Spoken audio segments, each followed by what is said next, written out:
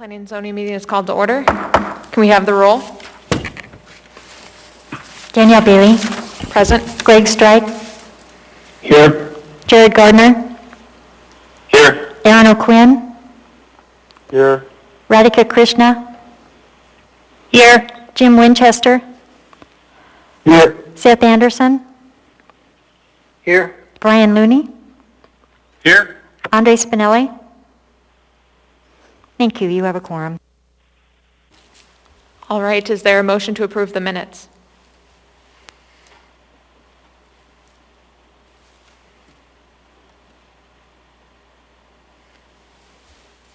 Moved by Commissioner Gardner, seconded by Commissioner O'Quinn. Any objection?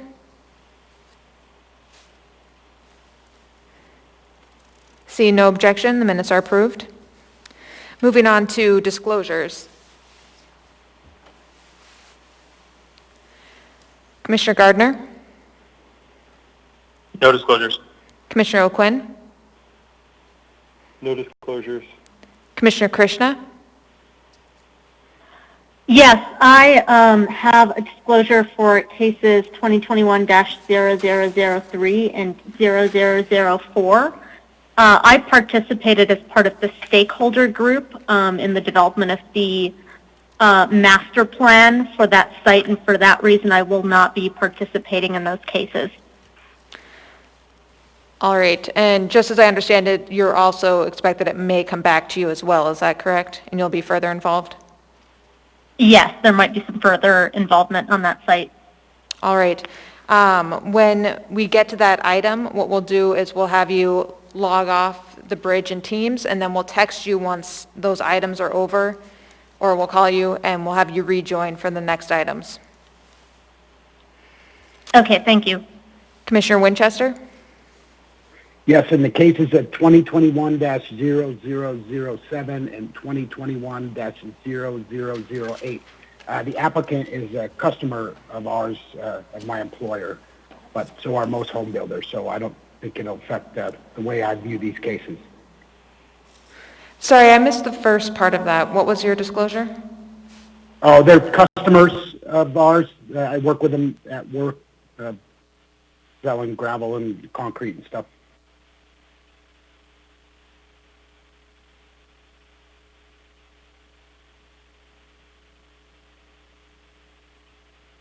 Just for clarification, are they clients of yours or clients of your firm? My employer. Okay. I'm going to run down the conflict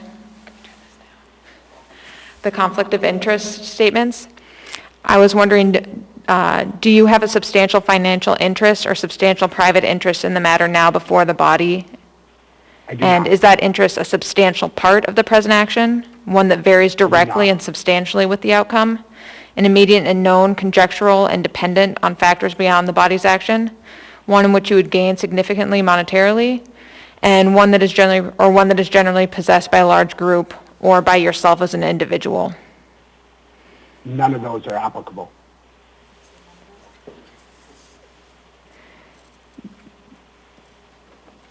Did I hear correctly that none of those applied? Correct. I believe we'd be looking for a motion to either direct the commissioner to participate or to not participate. This is Commissioner Strike with a question. Commissioner Strike, go ahead. Yes, thank you, and to the chair. Has he had any ex parte communications whatsoever between any of the parties, whether his employer or with the candidate, I believe the petitioner, regarding this case? None whatsoever, Commissioner Strike. Okay. Thank you.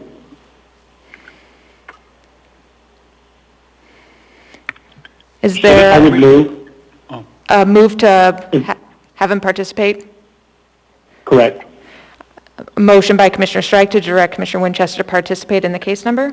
Case number 2021-007, case 2021-008. Is there a second? Seconded by Commissioner Gardner. Call for a vote.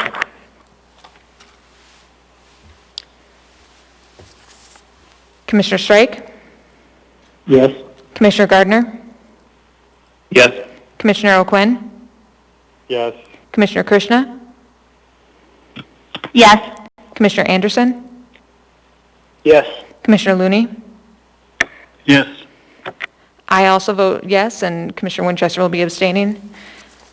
Commissioner Winchester is directed to participate in those case numbers. Moving on for additional disclosures, Commissioner Anderson, do you have any disclosures? Yes. For the items on the consent agenda, resolutions for approval, I was not present at the meetings that those items were discussed, so I won't be voting on the consent agenda. Also, for cases 2021-0003 and 0004, I don't think this is significant, but I was asked to participate in a market study interview or survey, and did participate in that. Regarding the redevelopment of that site, and then also on the last two cases, 2021-0007 and 0008, the petitioner Holquist Homes is a client of mine that I do work with on a semi-regular basis, but I have no involvement or prior involvement in this proposed development.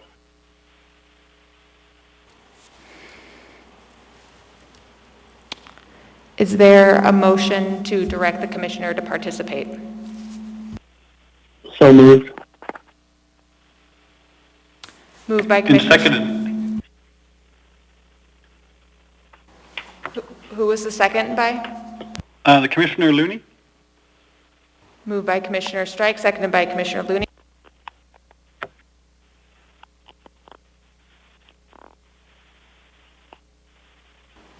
Sorry, we're having some audio difficulties over here. Call for a vote, Commissioner Strike. Yes. Oh, sorry, So- before we call for a vote, a question by Commissioner Gardner. Yeah, I'm sorry. I didn't catch the motion. Was this for both disclosures, both sets of cases? Clarification for Commissioner Strike, I believe that was for all the cases, is that correct? It was. I believe that the preponderance was on the last two cases where he had more of the conflict as opposed to a minor participation. But we can combine the motion to cover all four cases. So moved. Can I ask a question before we vote? I don't know if it's... Yes, you too late can. now to get the motion. I called the vote a little too early, prematurely. Go ahead. So my question was for Commissioner Anderson, was to just get an understanding of, he said that he worked, I don't remember the exact wording, somewhat regularly with Lundquist Homes, and I was curious if he could provide a little more color on the frequency and scope of that relationship relative to his other clients. Yeah, I'd say the work that I do for Holquist Homes is structural engineering. They have in-house designers and people that are capable of doing engineering, and I only get involved maybe a dozen times a year to help them on projects that are above their capacity. They're generally, smaller projects compared to my typical workload, and they're not a very significant client in the big picture for my workload. Okay, thank you. Are there any further questions or discussion?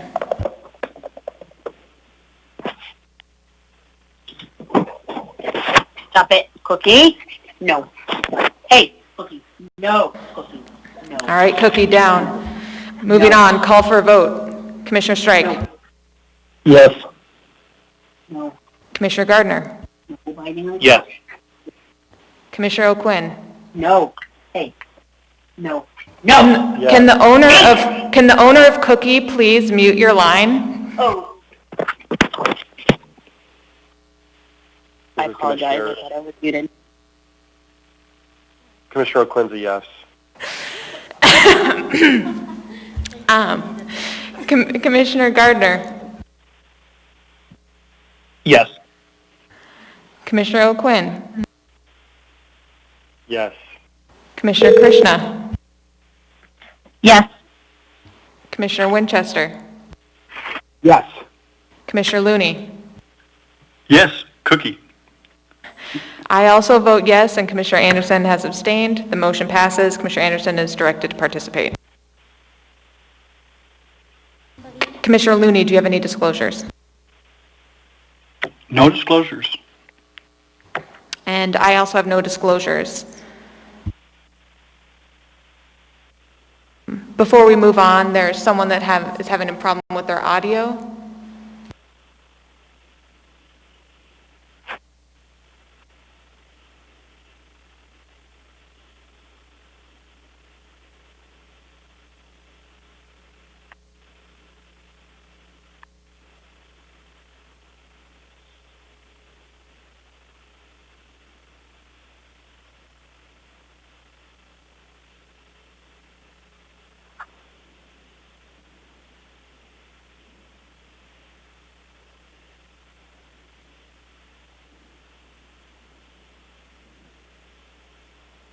This is Commissioner Strike. Can the chair hear me?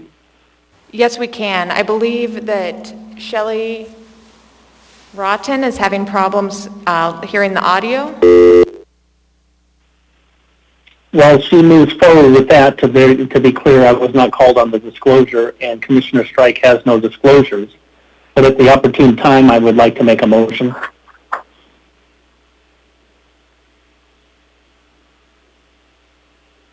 All right. Thank you for your answer for no disclosures, and can I hear your motion?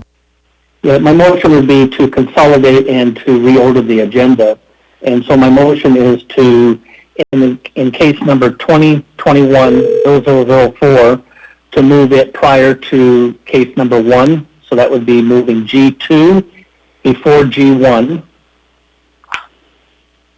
And part of this motion also is to move G4, which is case 2021-0008, and move it prior to case G3.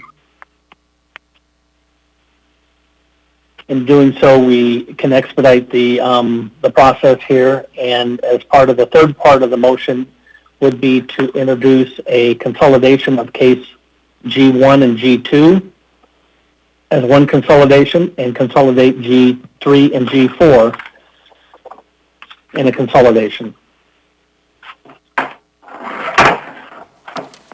So moved. Is there a second?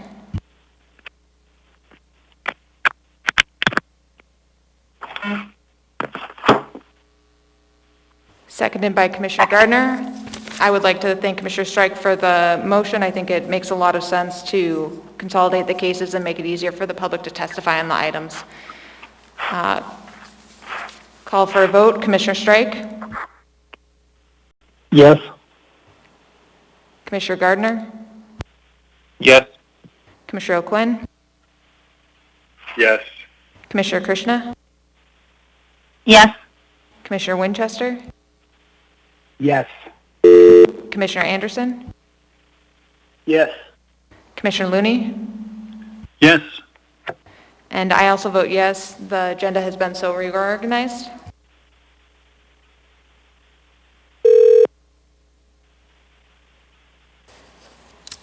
Moving on to our next agenda item, F5, case 2021-0005.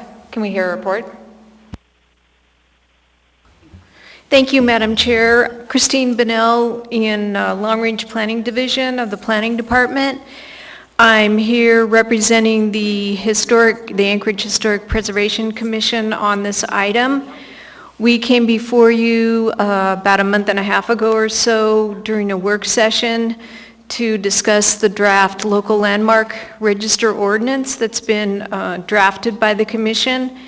It went through a public review, and now we're in the public hearing draft that will be taken to the Anchorage Assembly. And I'm not sure how many commissioners are on the phone with us, but there were a few that wanted to participate. Maybe Lori can confirm that for us as we move forward.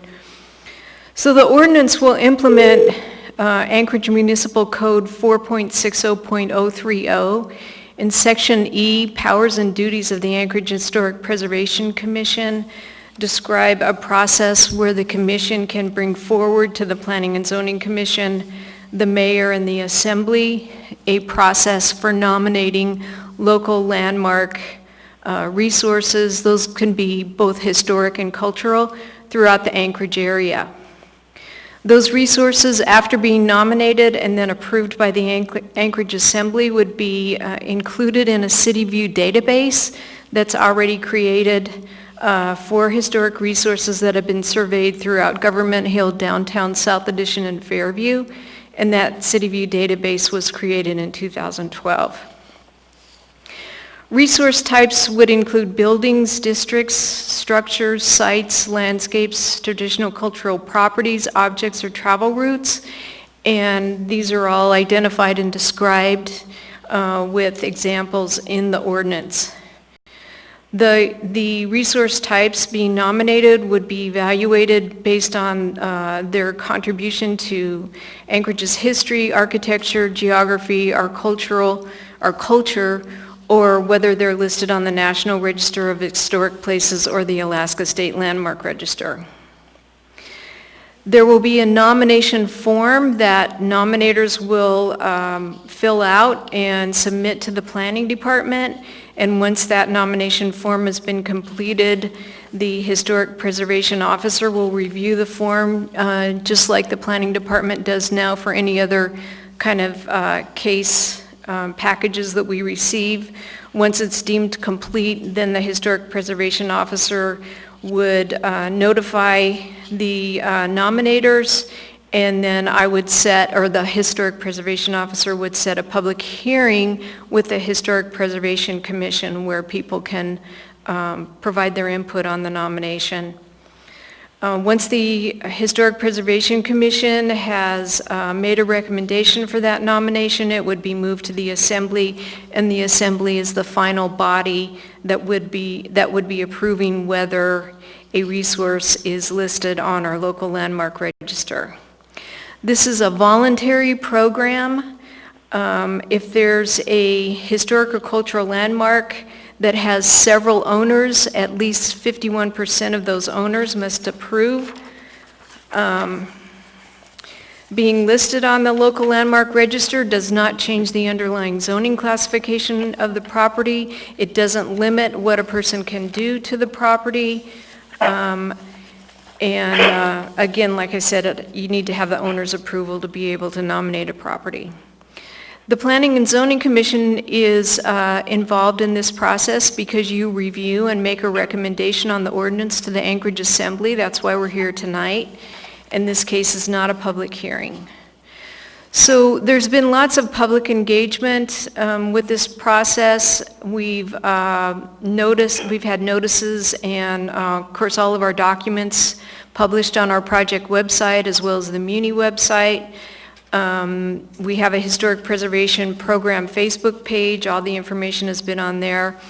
Myself and several of our commission members have attended several community council meetings, both in person and with Zoom, and we do have a few resolutions of support from community councils. We also had a virtual open house on our project website, which was attended by, I believe, over 200 people, which is a great attendance for a virtual open house. The community councils that we've met with were Government Hill, Downtown, Fairview, Airport Heights, Northeast, Scenic Foothills, Rabbit Creek, Turnagain, Huffman O'Malley, Sand Lake, and of course we went out to Girdwood and met with those folks, and then one of our commissioners is staff to the native village of Eklutna, and he presented to them. There are a few comments that were not in your packet. Those came from AWU, Private Development, and the Traffic Department. They provided no objection. Watershed Management wanted us to note that there could be, FEMA does define what a historic structure is, and there may be some requirements for historic structures in a FEMA floodplain area. Department of Transportation and Public Facilities gave no objection, but noted travelways could also be highways, and they must adhere to established guidelines for those facilities. There were two items that we discussed last time. In the ordinance, we talk about if you, in the future, if you took an incentive from the assembly to help maintain or renovate or whatever your historic property, then your property would need to stay on the landmark register. That language is in the ordinance right now. We don't have any incentives, but our legal advice came in and said that we should go ahead and include those at those time. And then we talked quite a bit about the 30-year evaluation time frame, and we've provided some justification why we included the 30-year. It's because the 50-year cutoff, which is used by the National Register, is a long waiting period. A lot of times younger resources are being lost, and because they get remodeled or something like that, and so they don't make that 50-year. Your staff recommendation in your staff report recommends that you recommend approval to the Anchorage Assembly on this ordinance, and we've provided some suggested findings, and I can go through the findings if you want to, or I can just stop right now and we can see if there's any comments or questions. Since they're in our packet, I'll just see if we have any comments or questions. Any questions for staff?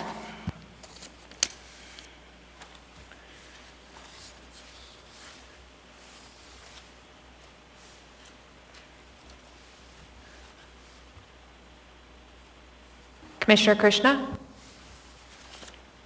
Yeah, I saw in the packet that there was a question about whether the fee should be implemented. I understand the Historic Preservation Commission was not in support of that, and that was a question that we could choose to make a recommendation on. Is that correct? Madam Chair, yes, you could go ahead and make a recommendation on the fee.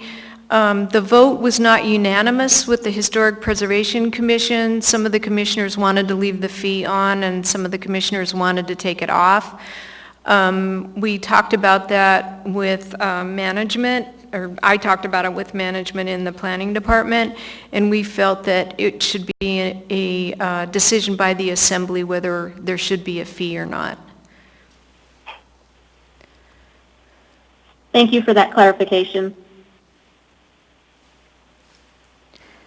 Any other questions for staff?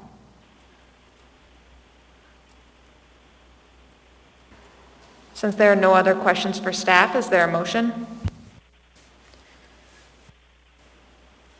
Commissioner Gardner?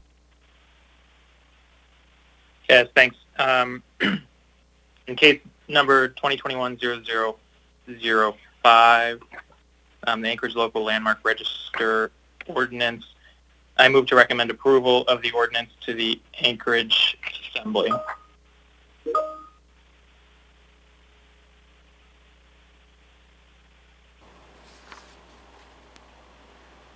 Commissioner Gardner, I think you cut out at the last end. You moved for... Oh, sorry. I was wondering if there was something missing given that silence.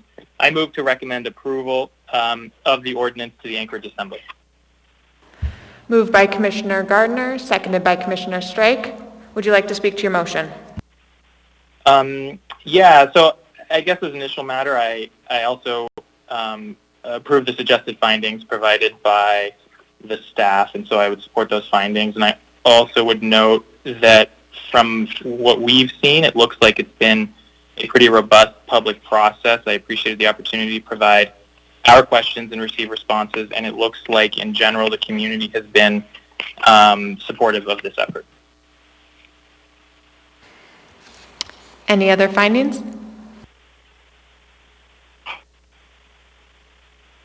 Seeing no one else wishing to speak, call for a vote.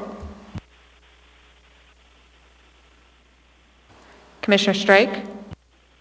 Yes. Commissioner Gardner? Yes. Commissioner O'Quinn? Yes. Commissioner Krishna? Yes. Commissioner Winchester? Yes. Commissioner Anderson? Yes. Commissioner Looney? Yes. And I also vote yes, and that motion passes. Also, I realize that I skipped the consent agenda D. Is there a motion to approve the consent agenda?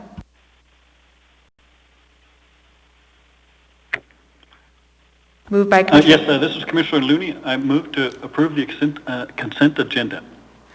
Moved by Commissioner Looney, seconded by Commissioner Krishna. Any objection?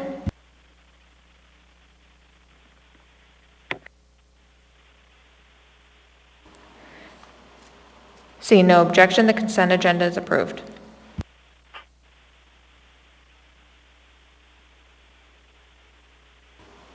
Moving on to our public hearing items. Before we get into those, I'm going to read the process by which the public may speak to the commission. The procedure by which the public may speak to the commission at its meeting is as follows. After the staff presentation is completed on public hearing items, the chair will ask for public testimony on the issue. Persons who wish to testify will follow the time limits established in the commission rules of procedure. Petitioners, including all of his or her representatives, will receive 10 minutes.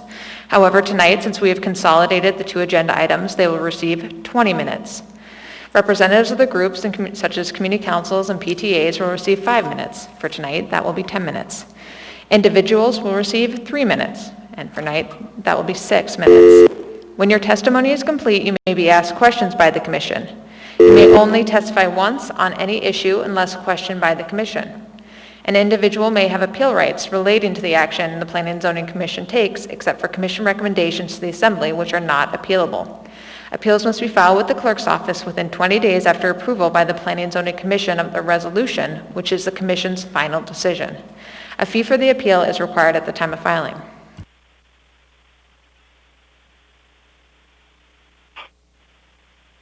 Moving on to case 2021-004 and case 2021-003. Staff, can we have the report? Thank you, Madam Chair. In the matter of case 2021-004, the comp plan amendment, the municipality of Anchorage Heritage Land Bank is requesting to amend approximately 15 acres of land classified as park or natural area, light industrial commercial, community facility or institution, and city center in the Anchorage 2040 land use plan use map to city center and park or natural area. So this comprehensive plan amendment will allow for a corresponding rezone from PLI to B2C, which is the Central Business District Periphery. District would be being heard under planning case 2020-003, which will be next. So the planning department is recommending approval for the corresponding rezone. Public notice was provided in accordance with the procedures of AMC 2103-020H. In the findings of the comprehensive plan amendments, criteria A, 1, 2, 3, and 4 has been met. The need for residential land within Anchorage is well documented within the comp plan, as well as encouraging mixed use and private-public partnerships. The request provides an opportunity for redevelopment of an underutilized vacant parcel. There have been no changes to the policies, objectives, principles, or standards governing this parcel, and the request is not a result of an error or omission in the comp plan. Standard B criteria is met. The site currently has 4 designations, and the proposed amendment simplifies the site to 2 designations, and it won't introduce new classifications that may not be consistent with the surrounding area. The proposed amendment provides the opportunity to redevelop the site with mixed uses while maintaining space for parks and open space. The comp plan amendment and associated rezone will result in the need to extend the central business district boundary in the downtown district plan, which is being updated currently. Standard C has been met. The proposed rezoning provides opportunity for the petitioner to redevelop a vacant parcel with mixed uses, including residential, commercial, open space, community gardens, and commercial agriculture. Standard D criteria has been met. This amendment to designate the site as only city center and park or natural area simplifies the site and provides for more consistent development that does not have conflict with the land use designations. So in the matters, in the policies for the Anchorage 2040 land use plan, Land use policy 1.4, determine appropriate zoning. Zoning to B2C implements that city center designation. Land use policy 2.1, identify and invest in areas best positioned. And land use policy 4.1, the proposed amendment will allow a variety of residential uses to meet diverse housing needs of Anchorage citizens. And land use policy 8.1, which ensures all neighborhoods and communities have access to nearby parks. With that designation of park or natural area, that will happen. And then in the downtown comp plan, land use goal number 1, future development of this site will include public-private partnerships and promote new investment. Goals 2 and 3, encourage downtown residential development that increases urban living opportunities and provide for more consistent land development. Land use goal 3, the amendment will provide the opportunity for, like I mentioned before, a variety of commercial and office uses. Land use goal 4, that relates to the open space. Land use policy goal 5, encourage mixed use development with active ground floor uses. The rezone will provide opportunity to create mixed use development, and it's going to prioritize pedestrian connection throughout the site. And land use goal with the seismic, it is in a high seismic zone, but the site has taken in the highest seismic areas into consideration to minimize risks. Standard E has been met. The petition site is within downtown, and the redevelopment includes residential and commercial uses that both support the city center location descriptions. The expansion of the city center designation will not be at the expense of residential neighborhood areas. So the department finds that the approval criteria for a comp plan amendment is met, and the department recommends approval of this amendment. And this is in case 2021-004. And now I can move on to case 2021-003, which is the rezone portion of the two cases heard tonight. So the first one just was the amending the comp plan to meet the goals in order to rezone the property. So this is the request to rezone the two parcels, approximately 15 acres, from PLI, which is Public Lands and Institutions, to B2C, the Business District Central Periphery. So once again, this site's located on east of 3rd Avenue, east of Eagle Street, south of East 1st Avenue, and west of Ingra. So the applicant, which is HLB, would like to develop the petition site with mixed uses in accordance with the former Alaska Native Services Hospital Master Plan 2019, which was approved by the Heritage Land Bank Advisory Commission on March 14th, 2019, and that's in the packet there. So a pre-app and community meeting will be held prior to application submittal. In the matters of 2103-160E, which is approval criteria for rezones, staff finds that criteria 1 has been met. The rezone is in the long-term interest of citizens of Anchorage and promotes public health, safety, and general welfare. The proposed rezoning provides an opportunity for the petitioner to redevelop in that vacant piece of land with mixed uses, which will include residential and commercial, as well as that community garden space as well. Criteria number 2, the criteria has been met. The implementing districts for city center includes the B2C, and the proposed rezoning also implements the park or natural area designation as talked about in the comp plan amendment. So it's also consistent, as I mentioned, with the Anchorage Downtown Comp Plan, designation of downtown mixed use, and the 2040 land use plan. Some of those goals are 2.1, it'll provide better opportunity for redevelopment. 4.1, proposed rezone will allow for a variety of residential uses. Land use policy 8.1 permits parks and open spaces. And in the Anchorage Downtown Comp Plan, we can see land use goal 1, 2, and 3, which are public-private partnerships and that residential development. Land use goal 4, provide proposed site concepts for a variety of open space, and create a mixed-use development that prioritizes pedestrian connections. In the matter of condition number 3, the criteria is met. The proposed rezone is consistent with the purpose of the B2C district and to allow financial, office, residential, hotel areas at the periphery of the central business district. Standard 4 has been met. The general area consists of a mix of industrial, commercial, and residential uses. So the surrounding area, there's a church, residential offices to the south, industrial land to the north and east, and community service to the west. No negative impacts are anticipated on surrounding properties from future development. Standard 5 has been met. Public water and sewer services are available, as well as fire service, police, building safety service area, parks and rec. Fixed route public transportation is available at the site on 15-minute headways. And Standard 5, the criteria is met. The proposed rezoning is not anticipated to result in significant adverse impacts.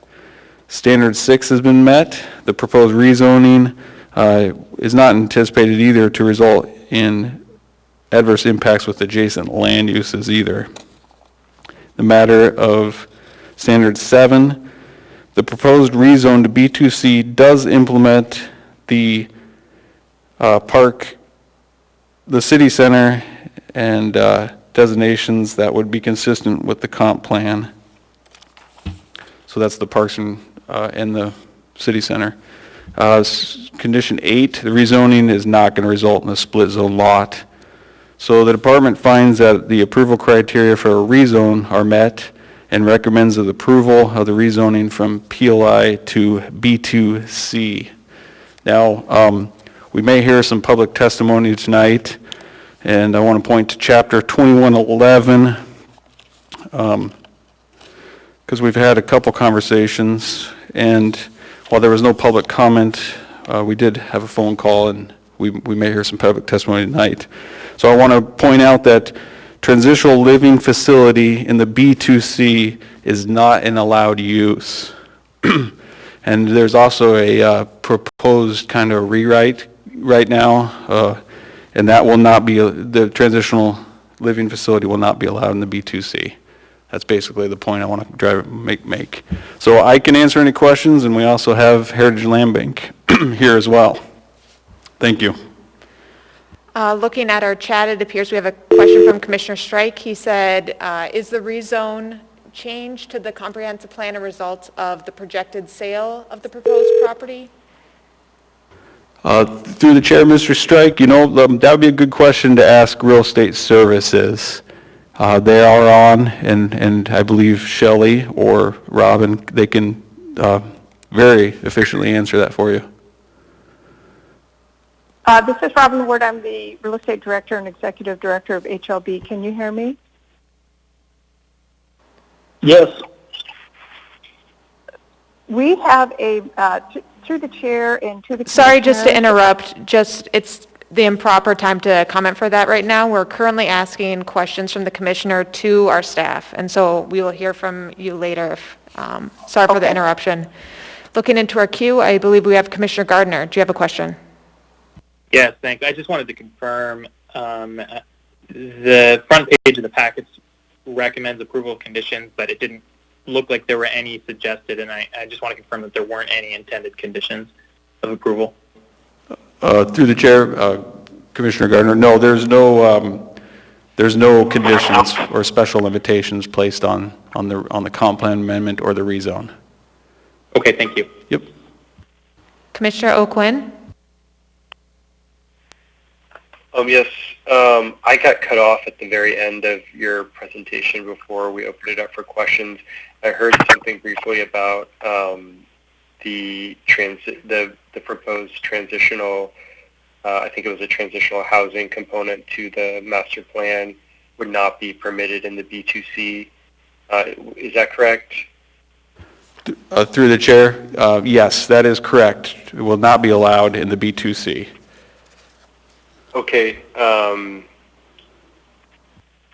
so this is the staff report on the rezoning as well, correct? That is correct, if I'm Okay, hearing what you. would the process be for permitting? Would they need to rezone, or is there a conditional use that could be allowed in the B2C? For transitional living facility? Correct.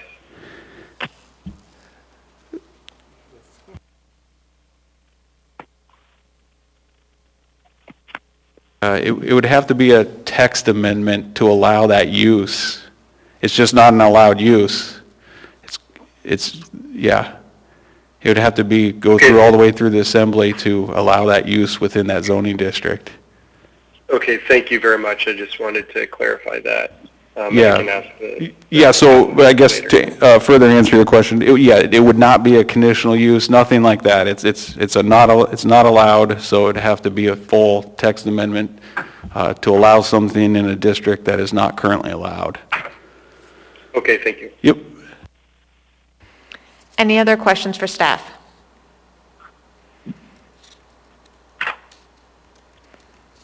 All right, can we hear from the petitioner?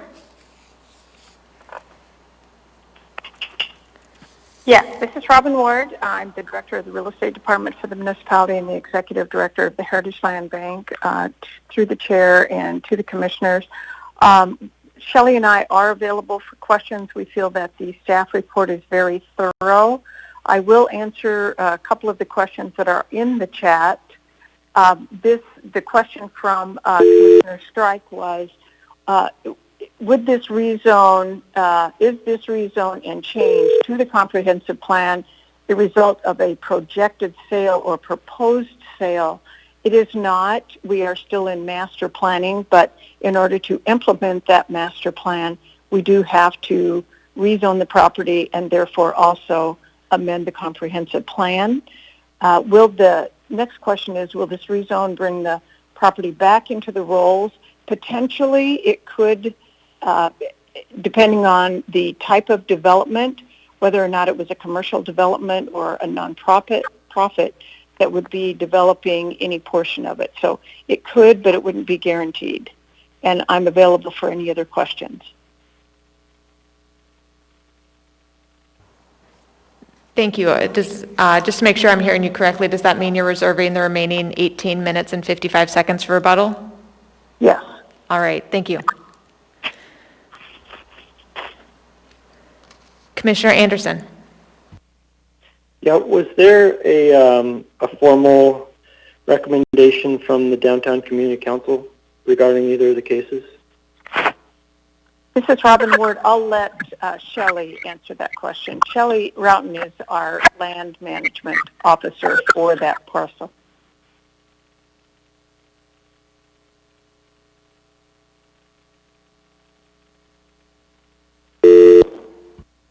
Commissioner O'Quinn, did you have a question? Can you hear me?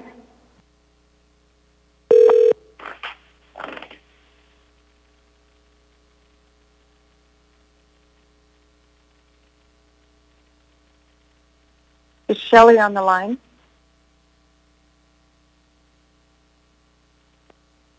Can you hear me now? Yes, we can. Okay, great. Thank you. This is Shelley Roughton, Land Management Officer with the Heritage Land Bank. Through the Chair, in response to the question regarding the Downtown Community Council, we attended the Downtown Community Council meeting. They did not create a letter of support or anything like that.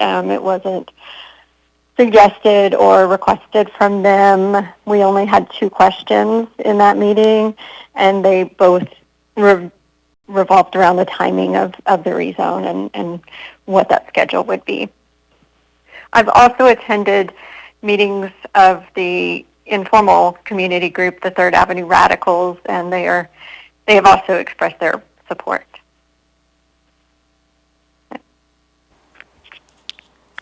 Thank you. Commissioner Anderson, did you have any follow-up questions? No, that answers it. Thank you. Commissioner O'Quinn? Hi, Robin and Shelley. Good to see you again. Through the Chair, I just wanted to follow up on my question to the staff regarding the transitional housing which I believe was categorized as part of the master plan, and why the B2C was chosen instead of another zone that might allow that use. Thanks. Commissioner O'Quinn, this is Robin Ward. This area, well, first of all, let's define what transitional housing is. We are going to promote permanent supportive housing, perhaps, but transitional housing would be like a homeless shelter, I believe, and I'll let staff, break in if they need to. But that was never one of our goals. We have worked very hard to see if we can move our transitional housing and shelters out of downtown rather than create more in that area. So we really want something that is more permanent, like housing, absolutely. It may be permanent supportive housing, but probably not transitional housing. That was not one of our goals. Okay. Hey, Shelley, sorry. Hi, thanks. I'd also like to just add a little note to that. We are taking on a housing market study. It's funded through our Brownfields grant with the EPA. We'd hope to have that completed by this time, but it's a couple months behind. And that study is hopefully going to inform us from the perspective of the market feasibility of a project and the developers providing us input, or area developers providing us input on what type of project they think would be feasible and what concessions they might need from us in order to make that happen. Thank you. Commissioner O'Quinn, do you have any further questions? No, nothing further, thanks. Any other questions for the petitioner? All right, is there anyone from the public wishing to speak at this time? Are you guys all here for G3 and G4? All right. Do we have any members on the telephone wishing to speak? We do. I'll give them a call now. Thank you.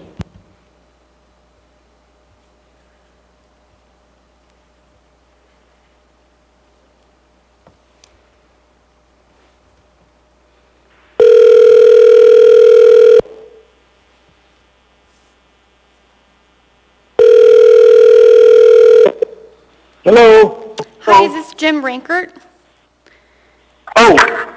He's right here.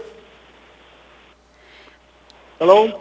Hi, this is the Planning and Zoning Commission calling for your public testimony on case 2021-003 and 0004. Are you calling as an individual or a representative of a group? The group is being represented by someone else, and I'll just comment real quick that I support the rezone and change the comp plan. Hello? Hello, is that all of your testimony tonight? Yep. Yeah, that's all right, it. thank you. All right, bye.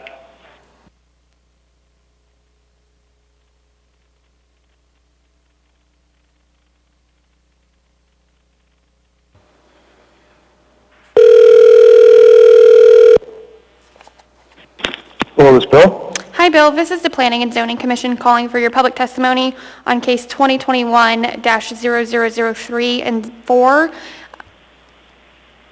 You'll have we're combining the two cases, so you'll have 6 minutes to provide your testimony. If you could state your name for the record, you can begin.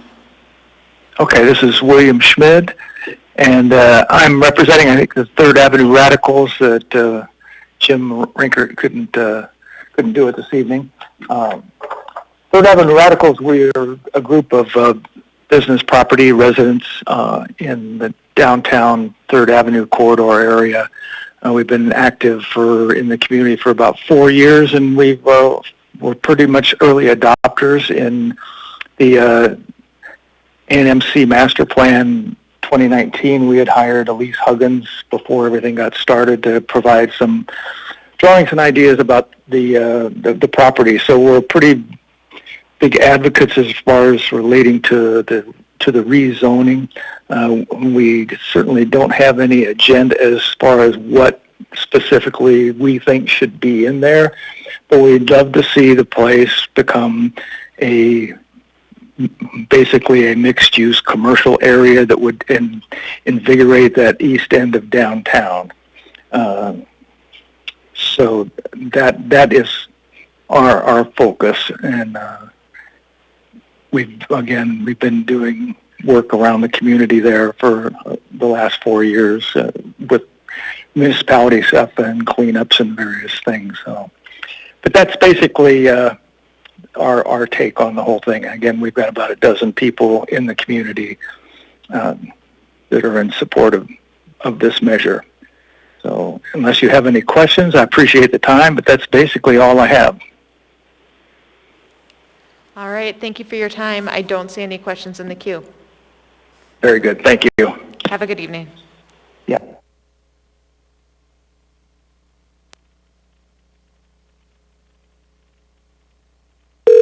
Remember, you must now dial.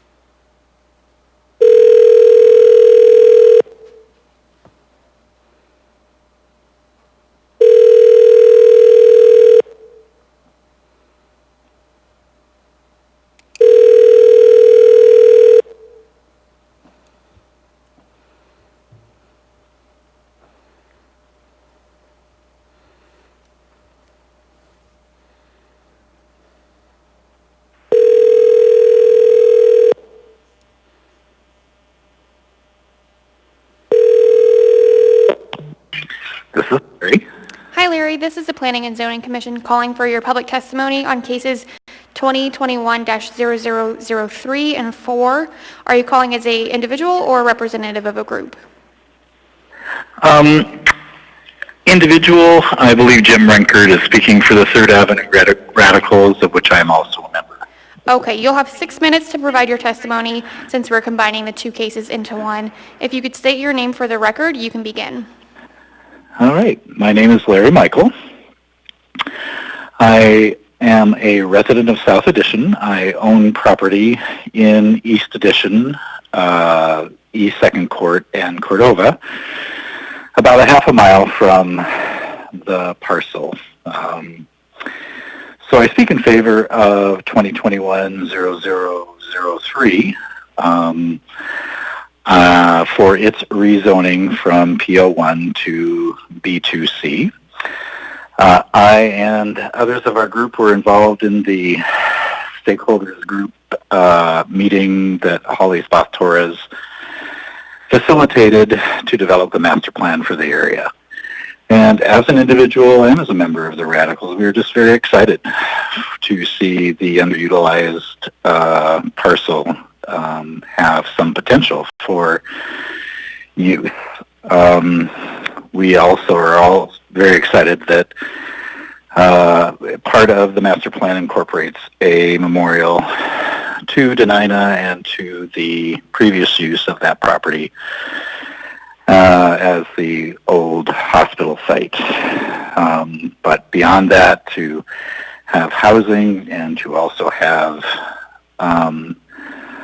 open park space as being the and other mixed-use plans is wonderful. We are very excited. And we've always understood that in order for that to happen, for the master plan to be implemented, that a rezone would be necessary. So again, I speak in support of 2021-0003 to make that happen. And as I understand it, then that also fits the comprehensive plan 2021-0004 that really incorporates it into the greater plan of rezoning and downtown use. Extends the central business district boundary to include that area. So again, we're excited to see basically the neighborhood revitalization, economic opportunity, and community development that can take place there through passing 2021-003 and 2021-004. Thank you for the call and thank you for your time. Thank you for your testimony. All right. Bye now. Have a good evening.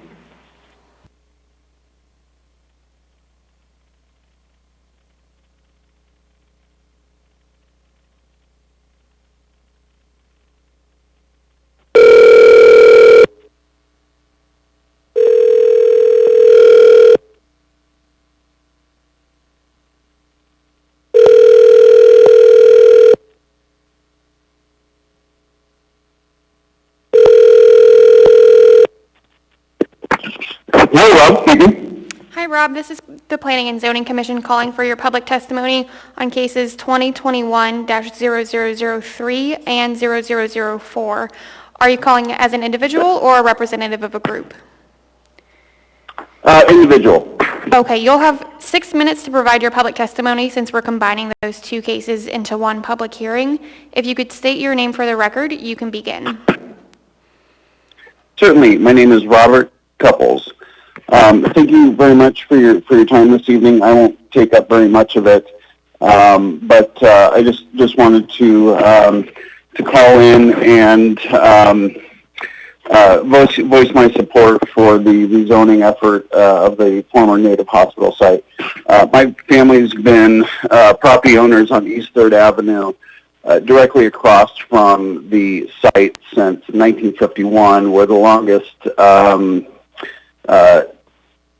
standing stakeholders in the community, and we own four parcels directly across the street on East 3rd Avenue from the intersection of 3rd and Hyder headed west. And so we've actually been members of the community since before the former Native Hospital existed, back when it was, I believe, just a dairy, a cow pasture for a nearby dairy farm.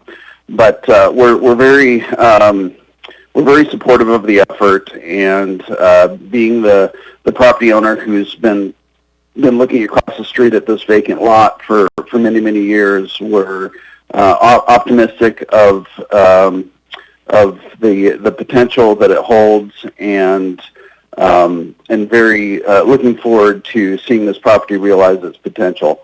So I just wanted to call in and take this opportunity to express my support.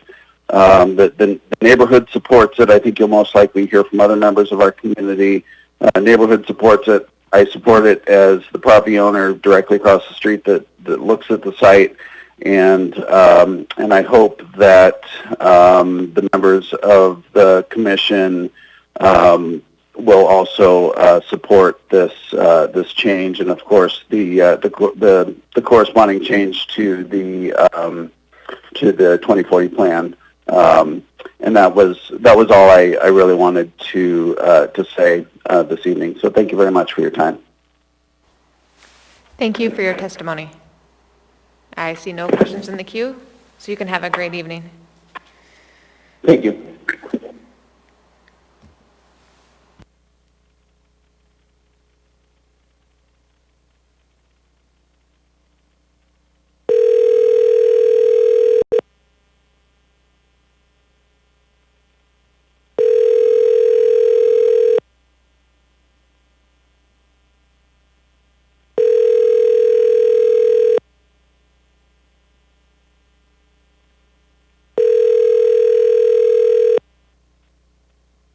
Welcome to the voicemail of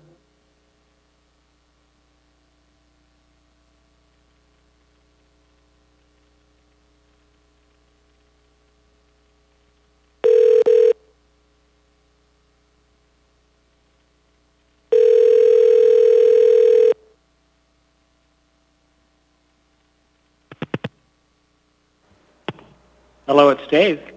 Hi, Dave. This is the Planning and Zoning Commission calling for your public testimony on case 2021-0003. Are you calling as an individual or a representative of a group? An individual. Okay, you'll have 3 minutes to provide your testimony. If you could state your name for the record. Oh, I'm sorry, you'll have 6 minutes because we're doing it together with case 0004 as well. If you could state your full name for the record, you can begin. Okay, I won't take 6 minutes, but the name is Dave Siren.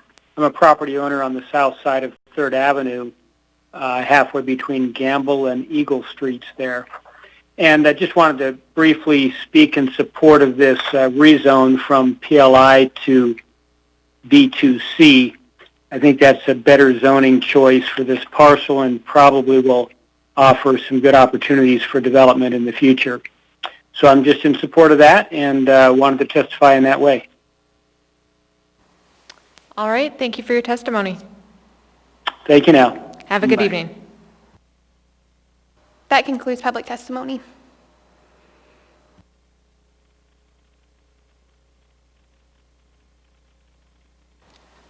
Just as a follow-up, do you want to try that one where it was a voicemail again?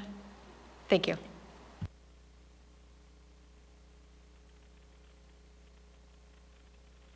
And for clarification, if they've only signed up to testify on one of the 2 cases, do we still double their time? Okay, thank you.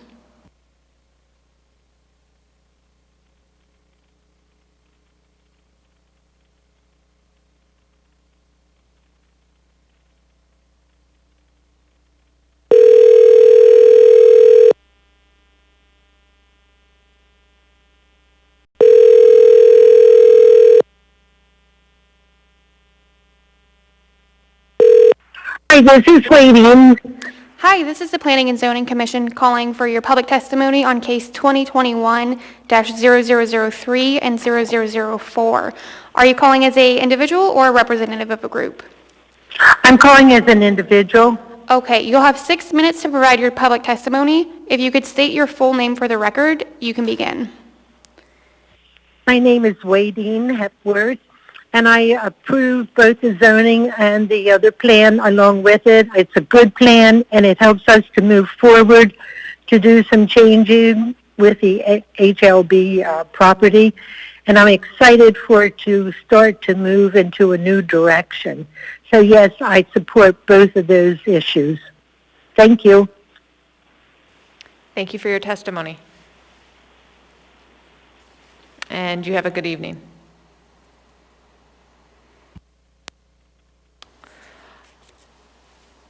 All right, having heard from our members of the public, the petitioner has 18 minutes and 55 seconds remaining for rebuttal. This is Robin Ward. I'll keep it short.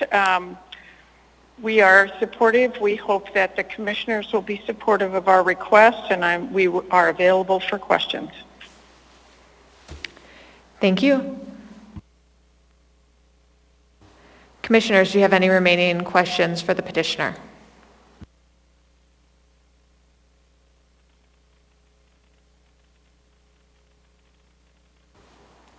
Seeing no other questions in the queue, I'd like to thank the petitioner for their time. What is the will of the body?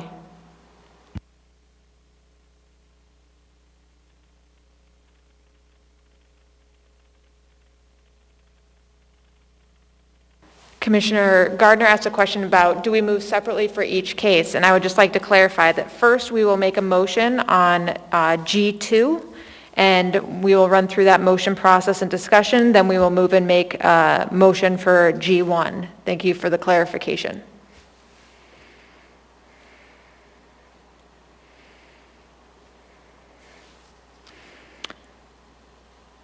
Motion by Commissioner Anderson. Can you state your motion for the record? Yes, in the matter of case 2021-0004, a request to amend the land use designation for the referenced site, I move to approve. Moved by Commissioner Anderson, seconded by Commissioner Strike. Commissioner Anderson, would you like to speak to your motion? Sure.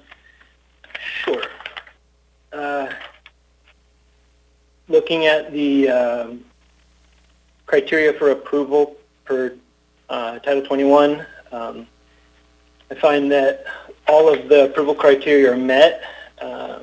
In general, I would say that the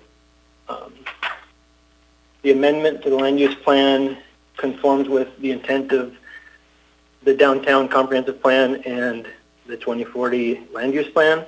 And more specifically, the staff report identifies several goals and objectives from the 2040 land use plan that all support this amendment. And that's all for now. Seeing no one else in the queue, I would just like to add that I will also be supporting this motion. It was very heartening to see all the public support in favor of this, particularly in an area that tends to be fairly controversial when development happens.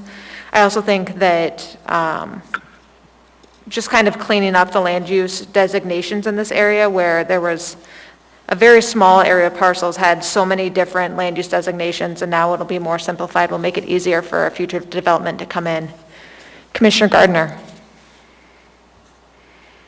Thanks. I think you largely captured what I was going to say. I think for me it's really significant that this will clean it up. There are 4 different designations that don't clearly match any natural development, and so focusing on the 2, removing 2 of them and leaving 2 that are already existing for the site will allow for development and will remove the need to worry about split zoning as that proceeds. That's it. Thank you. Thank you. Commissioner Strike. Yes, thank you. Yes, thank you to the chair. And to add one more note to your previous comment about the public testimony, we had overwhelming public testimony, not only in support, but the overwhelming public testimony were stakeholders to the local community, to that area in particular. And that weighs a lot for me when we see the parties that are adjacent to and familiar with that property, not just across town and so forth. So we don't have a NIMBY situation here, so we've got a, I appreciate their testimony and their thoughts that they put in. Thank you. Thank you, Commissioner Strike. Seeing no other comments or questions in the queue, I'll call for a vote. Commissioner Strike? Yes. Commissioner Gardner? Yes. Commissioner O'Quinn? Yes. Commissioner Winchester? Yes. Commissioner Anderson? Yes. Commissioner Looney? Yes. I also vote in favor, and Commissioner Christian has been excused from these proceedings. That motion passes. Moving on to case 2021-0003. Would anyone like to make a motion?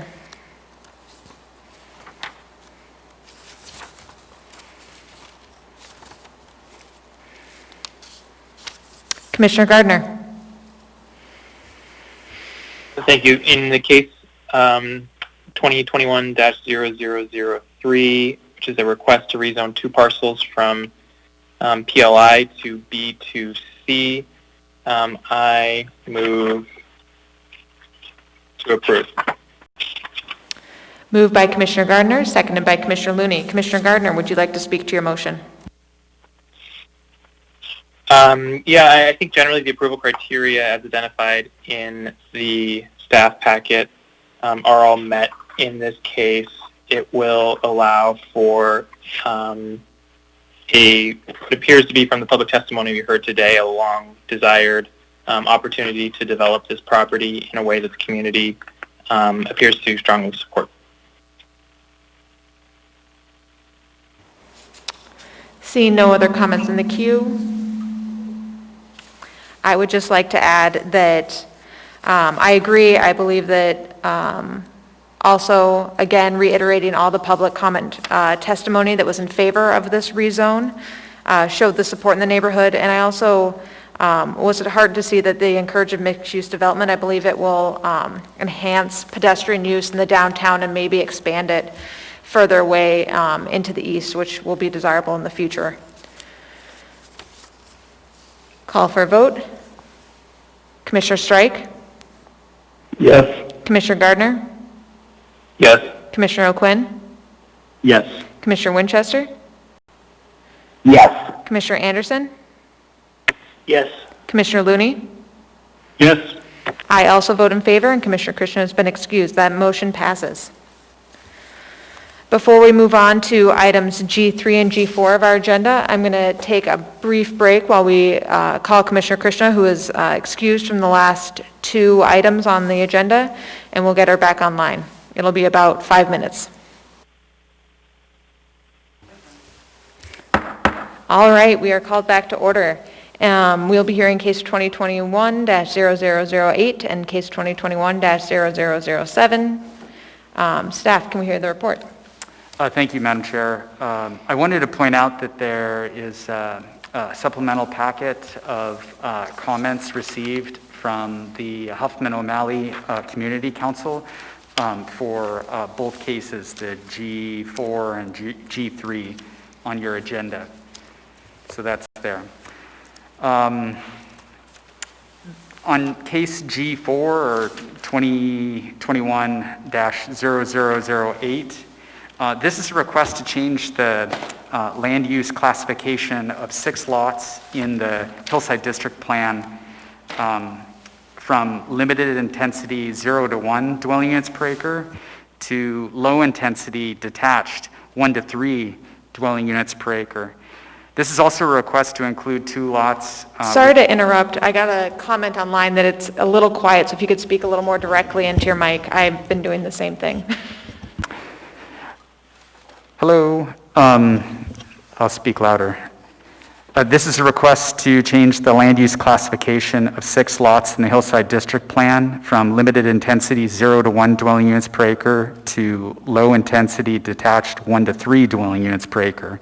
This is also a request to include 2 lots within the maximum perimeter of public sewerage in the Hillside District Plan because the developer wants all of the lots within the forthcoming subdivision to be served by public sewer. These 2 amendments will allow the rezoning of 6 lots from R6 district to R7 district in a separate case that will come after this one. None of the municipal and state reviewing agencies object to the plan amendments, and AWU does not object to the extension of public sewer to the petition site. The petition site is within the Huffman O'Malley Community Council. The Rabbit Creek Community Council opposes the amendments to the Hillside District Plan. It recommends several requirements be placed on the property if the amendments are approved. The comments are on page 51 of your packet. In regards to the approval criteria, the department finds approval criteria A is met. The 2010 Hillside District Plan projected future growth only through 2029. At the time of the plan's adoption, the extent of Anchorage's housing shortage was not yet quantified. Anchorage 2040 was adopted 7 years after the Hillside District Plan, and it benefited from the research done by the Anchorage Housing Market Analysis of 2012. Also, Anchorage 2040 projects population growth and housing demand through 2040. Anchorage 2040 projects a total housing capacity shortfall of 7,900 housing units by 2040 under the moderate baseline growth forecast model. The deficit in housing capacity can be reduced by upzoning land to allow more dwelling units per acre. Holquist Homes Incorporated has assembled 6 lots containing 22.5 acres on the lower hillside adjacent to Lake Otis Parkway and O'Malley Road. This is a special opportunity to create new housing capacity for the community as a whole and to reduce substantial housing shortage that was identified in Anchorage 2040. Approval criteria B is met. Anchorage 2040 defers to the Hillside District Plan for locations to be zoned R7. The Hillside District Plan's classification of low-intensity detached 1 to 3 dwelling units per acre is consistent with the surrounding area, which includes R1, R1A, and R4 zoning. The smallest lot size allowed in the R7 is 20,000 square feet. The smallest lot size allowed in the current zoning of R6 is 43,560 square feet, or 1 acre. The proposed R7 district is a residential density of 1 to 2 dwelling units per acre, which fits the Hillside District Plan's classification of low-intensity detached 1 to 3 dwelling units per acre. It's worth noting that directly south of this petition site, bordering the petition site, the classification is low-intensity residential detached 3 to 5 dwelling units per acre in the Hillside District Plan. So if this is, the current designation is 0 to 1 dwelling units per acre in the Hillside District Plan, this application is asking for 1 to 3 dwelling units per acre, and south of this site, immediately south of this site, is a higher intensity with 3 to 5 dwelling units per acre. So this is sort of sits in the middle.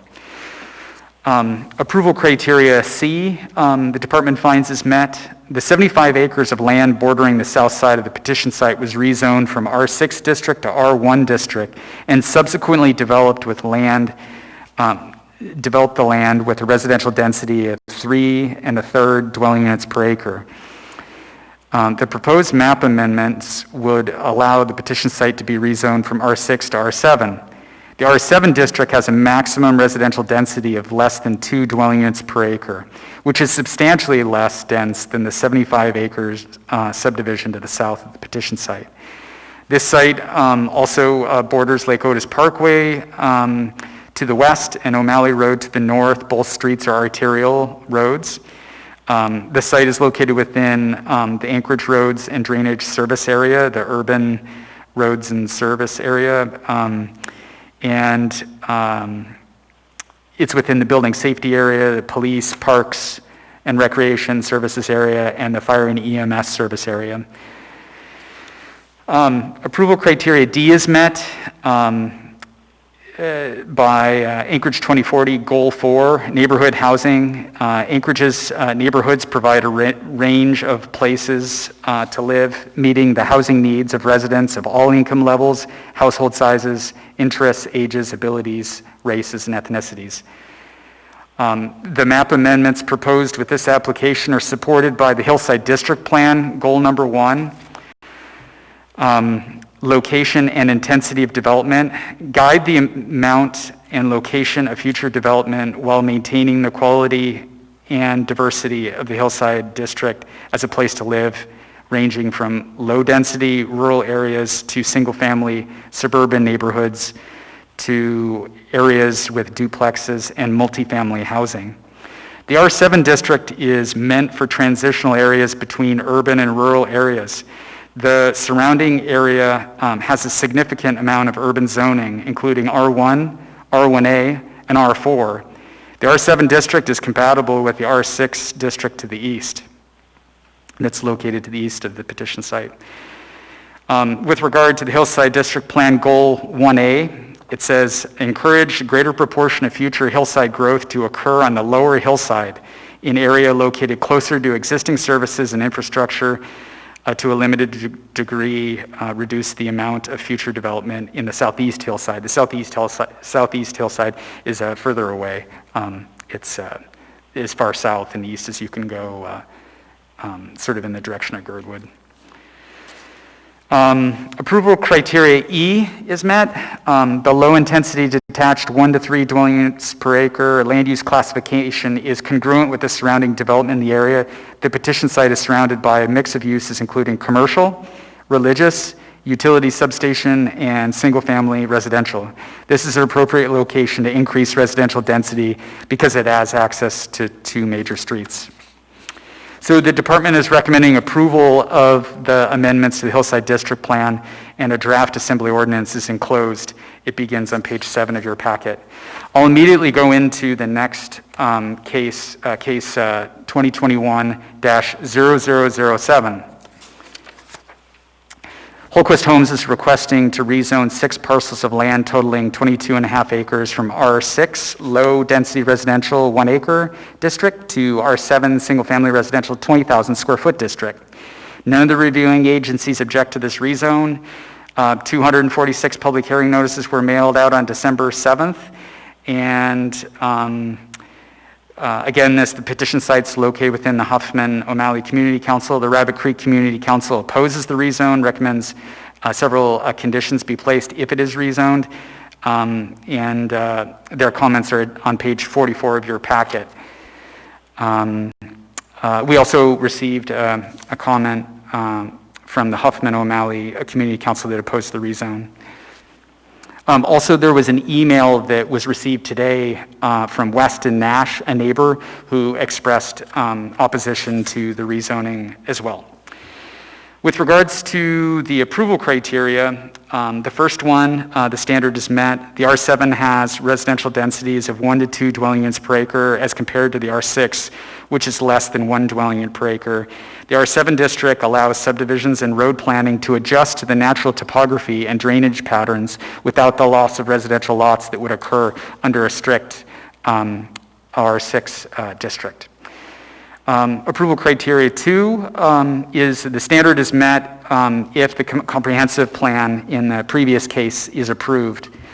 Acreage 2020, General Land Use Policy 5, the R7 district is compatible with the adjoining lots and zoning on all sides. The minimum lot size allowed in the R7 district is 20,000 square feet. The minimum lot size on adjacent lots with R1, R1A, R4, and R6 zoning are 6,000 square feet, 8,400 square feet, 2,000 square feet, and 43,560 square feet, respectively.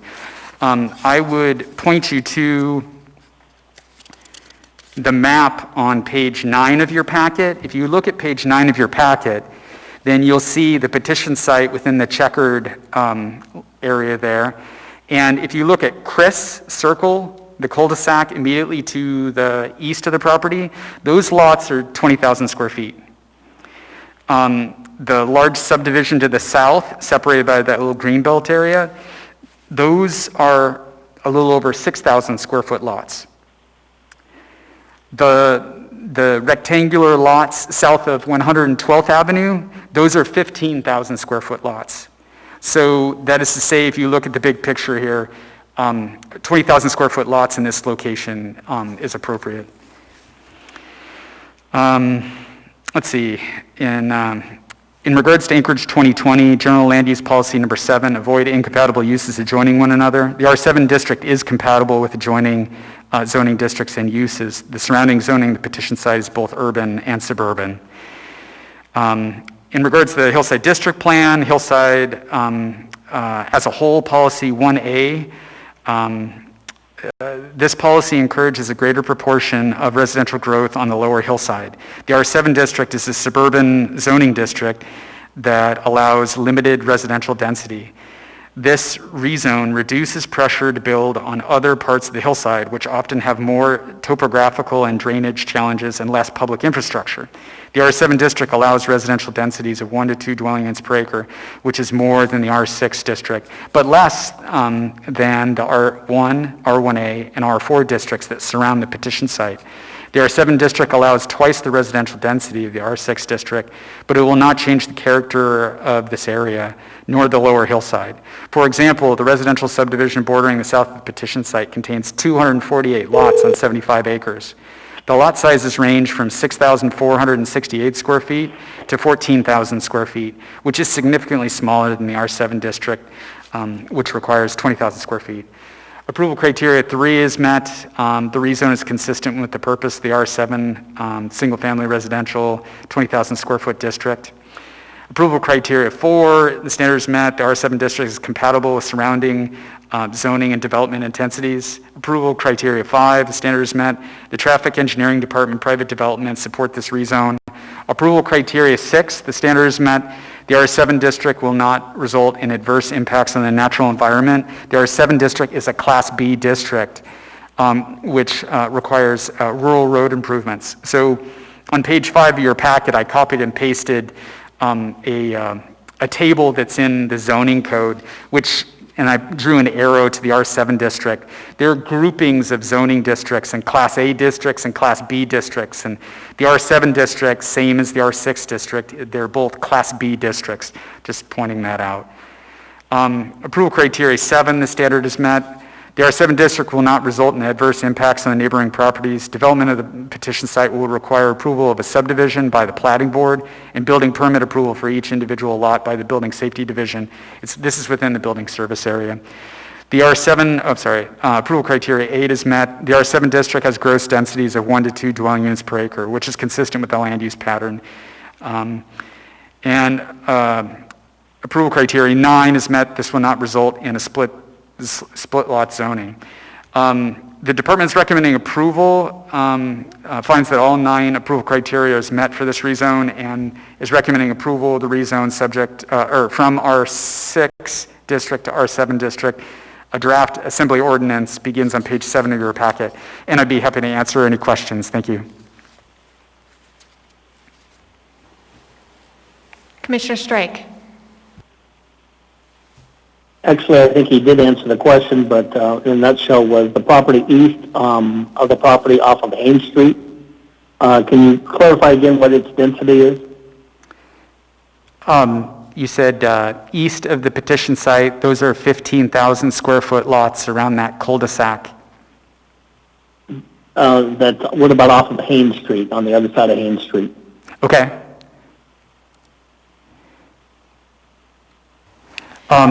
24,000 square feet directly north of that cul-de-sac sort of development.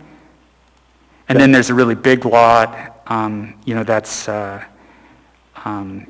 60,000 square feet, 59. Was there any discussion with the petitioner about even going to a higher density for this property? I tend to agree, albeit we have not heard from testimony and so forth, but was there any thoughts about even going to a higher density? I'm not aware. I wasn't involved in the pre-application meeting, and I just don't know the answer to that, Mr. Strike. Fair enough. Thank you. Thank you. Any other questions for staff? Commissioner Looney. Yes, thank you. We're not here to review like a subdivision layout, but I note how the property that we're looking at actually extends all the way to Lake Otis, but the draft copy of subdivision layout doesn't have a roadway connection over there. Do you know what's the plan of that large vacant lot? I guess two lots over there off Lake Otis. Do you know what the plan is? Pardon me. Well, with this petition site, they are preparing vehicular access. Is there a plan to have a vehicular access from Lake Otis? I do not believe that their plan is to have a direct access onto Lake Otis, but that will be subject to a future application, and the planning board would review that case. We haven't begun reviewing any sort of subdivision application. Okay, like I say, we're not here to really review the detailed layout of the lots, but just I noticed how that parcel, or really there's two parcels that are there, are part of this rezoning. I'm just trying to figure out why, if it doesn't show up in any of the lot layout that we've been seeing. But I can ask the petitioner that, I guess, when I have a chance. Thank you. Commissioner Strike. Yes, thank you, through the chair. I'm going to echo Commissioner Looney's comment about the accessibility, whether their intent is to go off of Haines Street or is onto O'Malley, or having access onto Lake Otis, because I believe this has a direct bearing on how we view this rezone and so forth. So I know the petitioner is listening to us, so you've got two commissioners very much interested in what the plan is for the access on this. Thank you. Commissioner Gardner. Thank you. Both of the staff packets, Francis, reference the topography of the site, and I read it to be suggesting that R6 makes more sense to have some smaller lots given that aspect of the site. And I was wondering if you could speak a little bit more to that. And I guess my question more succinctly is that comment that's provided just kind of a general comment, or does the planning department have more specific information about limitations that the topography would present to developing under an R7 zone? Yeah, so when the R6 district requires, approximately twice the minimum lot size, and that is limiting because when you speak sort of theoretically about minimum lot size, that's missing the reality of the topography of the land and, that 20% or more of the property is going to be taken up by roads.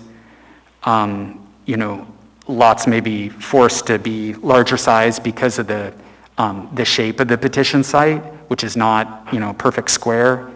So there's limitations on where they can place a road, place an access to, an abutting street.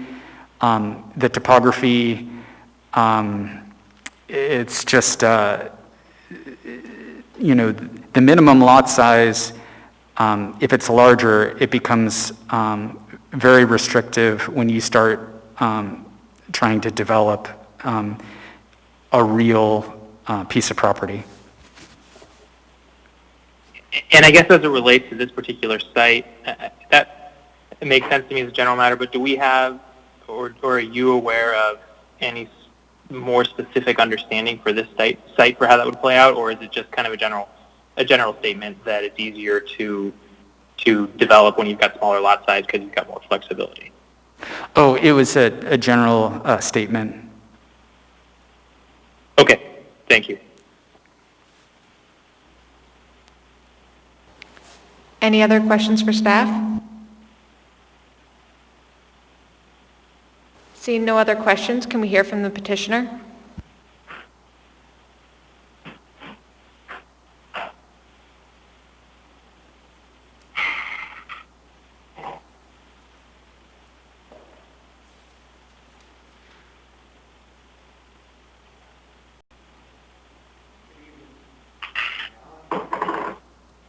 Before you talk, you need to push the button on the mic. It's the one with the little speaking. Good evening, Chairman, members of the board, planning staff. My name is Craig Bennett. I'm with S4 Group, and I represent the petitioners tonight, Dave and Cody Holquist with Holquist Homes. And with me tonight is Triad Engineering also. I want to thank planning staff for the work that's been done on this project.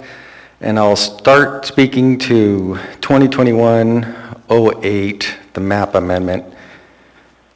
We concur with all the department's findings and recommendations of the draft and the draft assembly ordinance. These two HDP map amendments will allow the rezoning of 6 lots from R6 to R7. The proposed rezone requires no change to the Anchorage Bowl Comprehensive Plan or the Anchorage 2040 Land Use Plan. The Anchorage 2040 was adopted 7 years after the HDP and benefited from newer research as stated on page 2. The updates are to map 2.1 and 5.3 of the HDP. Map 2.1 is the Hillside Land Use Plan, and the amendment is to change the land use classification for these lots to show low-intensity detached 1 to 3 DOA, and you can see that on page 12.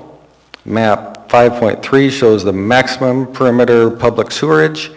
This amendment is for allowing 2 of the lots to be served with public sewer. You can see those 2 lots on page 11 and 13 for the perimeter line. The map amendments are supported by the Anchorage 2040 with goal 4.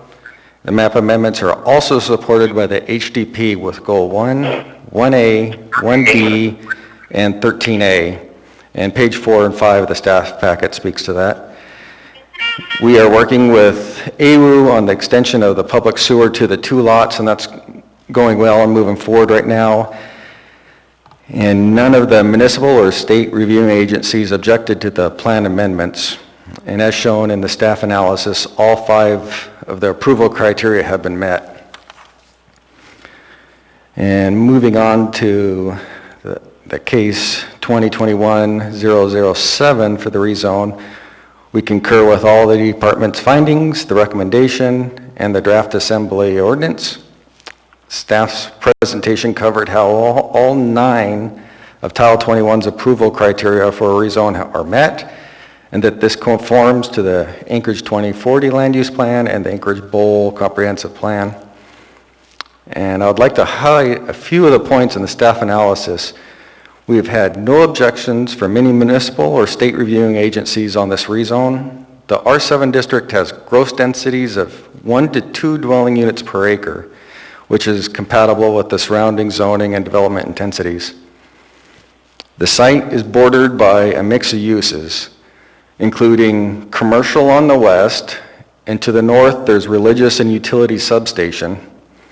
And directly to the east is single-family 20,000 square foot residential, which is the same as the R7 zoning. And to the south is single-family R1 SL, and it also has access to major streets. And as stated on page 3 of the staff analysis, the Anchorage 2020 plan policies support this with policy 5 and policy 7. The HDP supports the rezone with policy 1A, and this complies with the Anchorage 2040 again. And per Title 21, the R7 district may be applied to areas between large lot districts and higher density districts. And if you reference the zoning detail map on page 23, north, west, and south of the petition site lies a mixture of higher density zonings, including R1SL, R4SL, R1A, and R3SL. And going east lies mainly lower density R6 lots. And this petition site is a prime example of a transitional area between higher density and lower density districts. And this is an ideal location for R7 zoning based on the surrounding uses, the Anchorage 2040, and staff recommends for approval both cases, and all approval criteria have been met. And to answer Commissioner Strike's question about different zoning possibly, like the R1 to the south, it was thought about and then decided it'd be better for the neighbors to apply for the R7 zoning instead of going to the higher density R1. And for Commissioner Looney's question about the 2 lots on the east side, those are part of the rezone, but they're not part of the plat. So there won't be a connection going through those 2 lots. So the access points will be Haines Street and O'Malley Street as part of the plat. And I am available for any questions the board may have. Thank you. Commissioner Strike. Yes, thank you. My question pertains to 112th Street. Is any part of the development in consideration extending 112th Street so that access would be gained through 112 over to Lake Otis? Through the chair. Right now, the plan is to access Hain and O'Malley Street. The issue with 112th is the topography in that area is limiting, and then also access. 112th is only dedicated on the south side going out to Lake Otis. It is not dedicated on the north.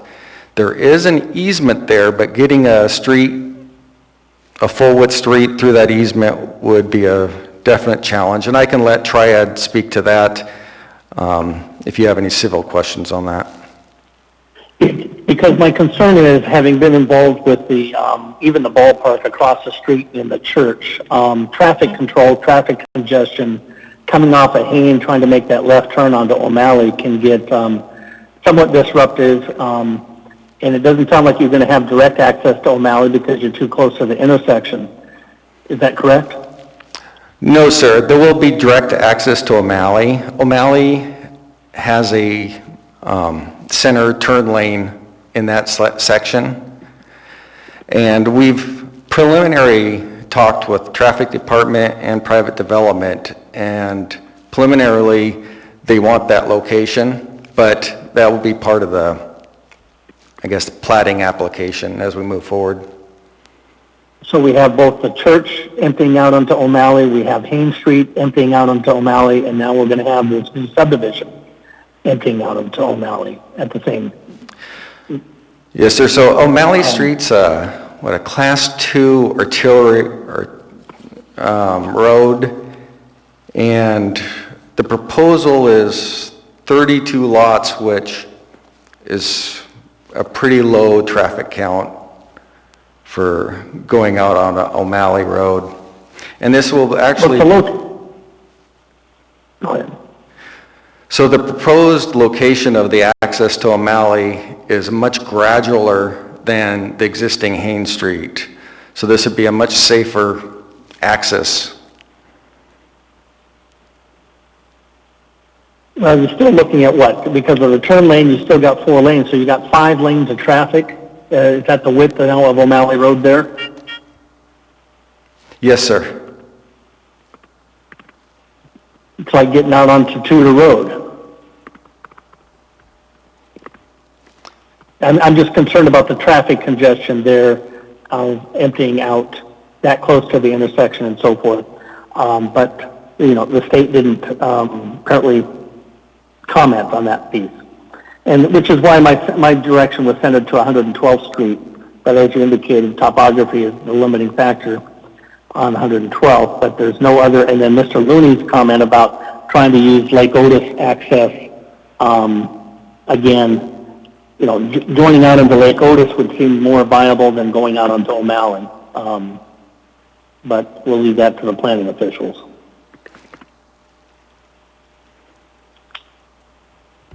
Thank you. Thank you. Any other questions for the petitioner?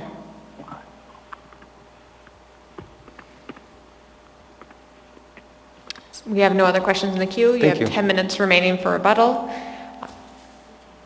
Oh, they have 14 minutes and 38 seconds remaining for rebuttal.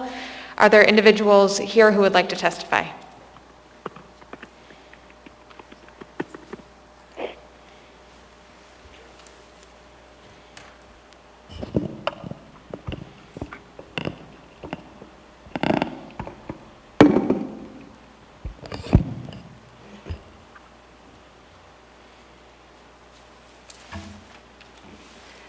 I'm Diane Holmes, speaking for the Rabbit Creek Council.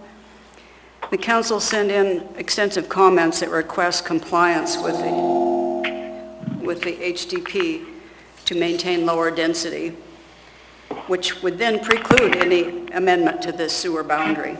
We do not believe all criteria have been met for this rezone. The staff report and application mentions the 2040 plan many times as being consistent with higher zoning. However, it cannot supersede the Hillside District Plan, which is the key document for Southeast Anchorage, nor should a quick look at its maps be used as an excuse for the rezone. I'm sorry to interrupt, but I just got word that we're having a little trouble hearing you. We'll go ahead and restart your time, but if you could just try to speak up a little more. Okay, well, I didn't want any feedback here, so I'll go lower it. Okay, is that better? Okay. I might start all the way over. Okay, I'm Diane Holmes, speaking for the Rabbit Creek Council. The council sent in extensive comments that request compliance with the HDP to maintain a lower density, which would then preclude any amendment to the sewer boundary. We do not believe all criteria have been met for this rezone.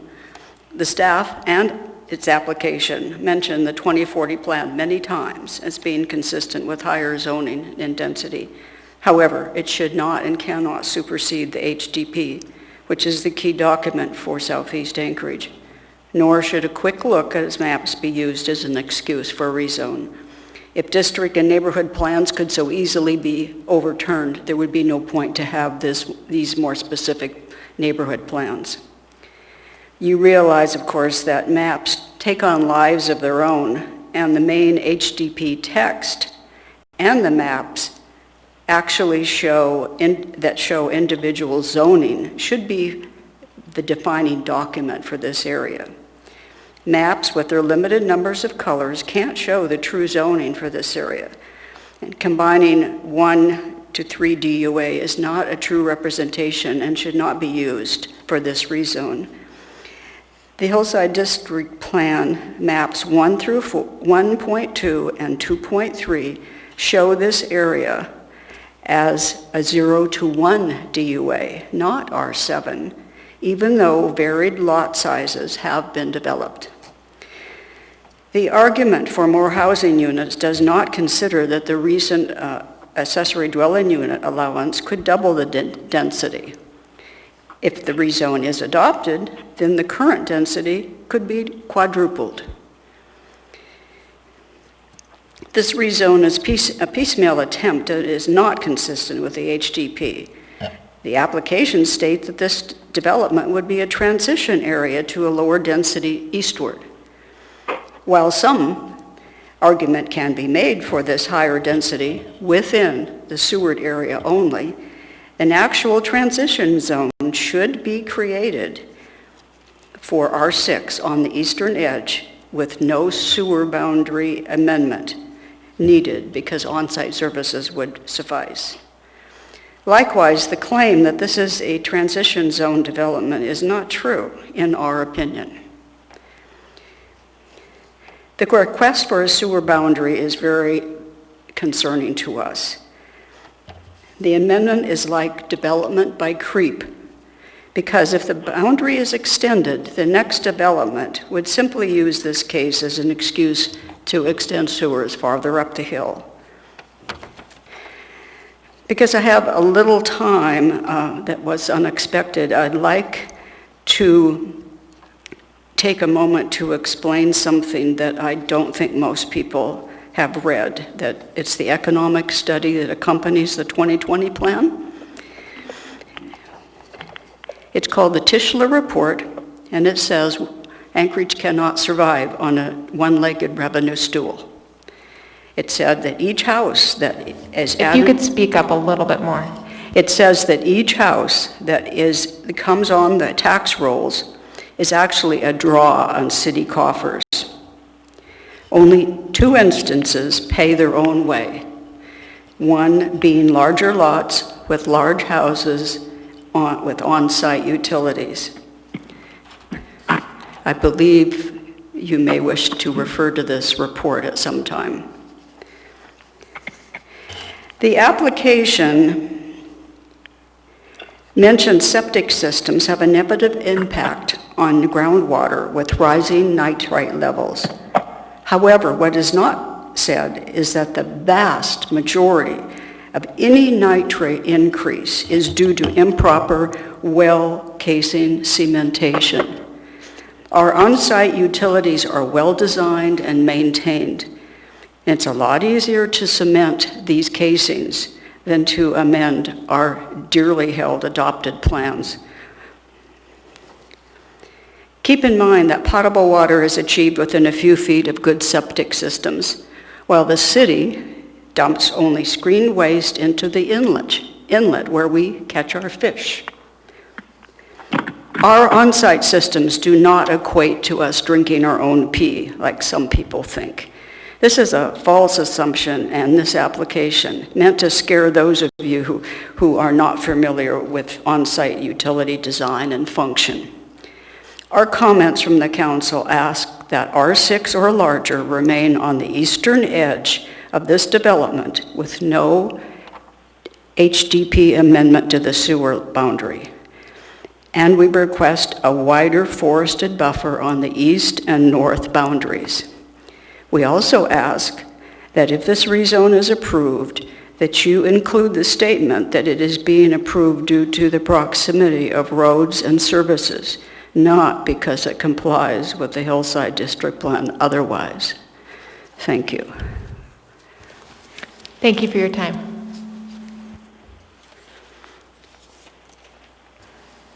Is anyone else wishing to speak on this matter?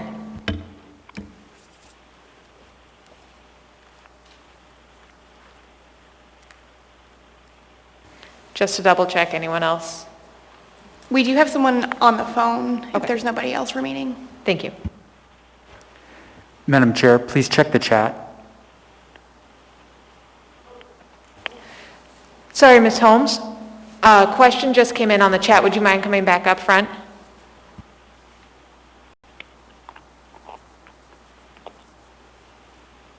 Commissioner Anderson, can you go ahead with your question?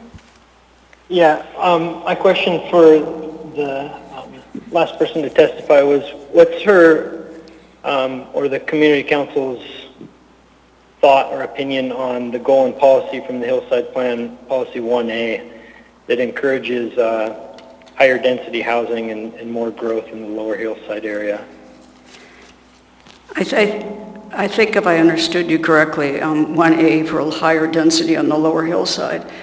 I think this is actually kind of mid-hillside. And I think if you read our comments and my statement, that we're willing to concede that a higher density within the Seward area may be appropriate, but not the amendment for the eastern area to extend the sewer boundary. Does that answer your question? Yeah, it does. Thanks.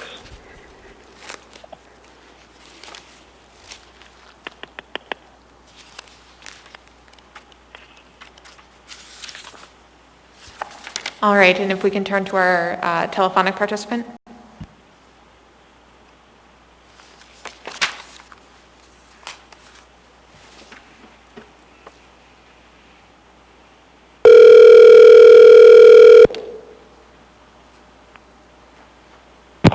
This is Katie. Hi, Katie. This is the Planning and Zoning Commission calling for your public testimony on cases 2021-0007 and 8. I understand you're calling as a representative of the HALO organization? Yes. Okay, you'll have 10 minutes to provide your testimony. If you could state your full name for the record, you can begin. All right, make sure my sound is right. Is that right? What was that? Was my sound right? Yes. Thank you. I have a soft voice sometimes.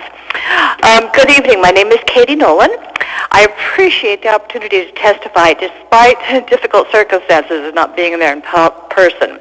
I am the president of HALO, the Hillside Area Home and Land Owners Organization, Inc.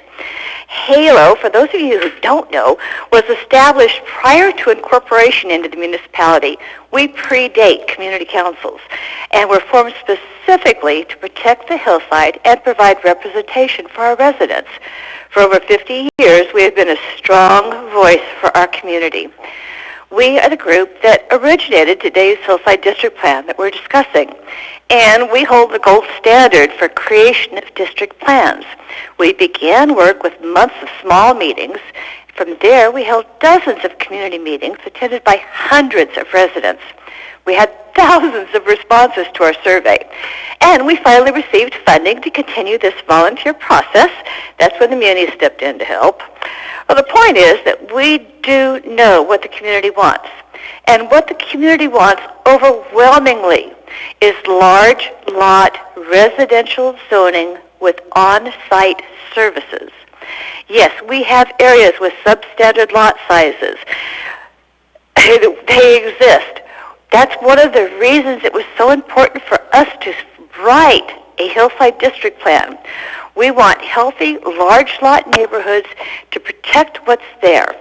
We want the integrity of the Hillside District Plan upheld now.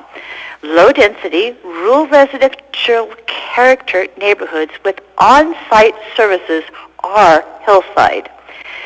And we want the 2020 comp plan to mean something, not just be discarded on a whim. And we want the land use plan map, it was updated just a year ago, to be worth the paper it's printed on. Now, on our November meeting was held prior to the submission of this application for 07 and 08. And we knew it was coming, so we passed two motions. The first motion was to reiterate our commitment to the Hillside District Plan, the 2020 comp plan, and the 2040 plan map without revisions, period. The second was to reiterate our continued support for large lot residential zoning at the stated R6 densities and with on-site services. Both motions were adopted overwhelmingly. We're asking you to do the same. Moving a transition zone further up the hill simply means degradation of our current standards. We're asking respect for the integrity of our guiding documents. And as a side note to the developers, Mr. Holquist, I'll be the first in line to support your application if you will resubmit it at existing R6 zoning designations of less than 1 DUA with on-site services. That would be the responsible thing to do, respecting our existing codes, our existing guiding documents that we've worked so hard to create and we want to keep for the next generations. And thank you all.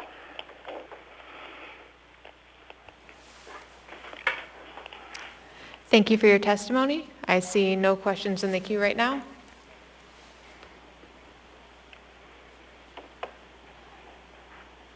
Thank you, Ms. Nolan. Have a good night. Thank you. That concludes testimony. And the petitioner has 14 minutes and 38 seconds for rebuttal.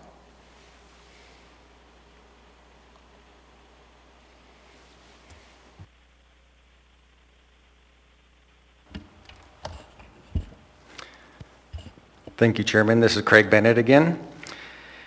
And I'd like to just state that the HDP states that limited revisions to existing zoning will be allowed where it is cost-effective and safely demand for small lot homes to the western portion of Hillside, this specific area.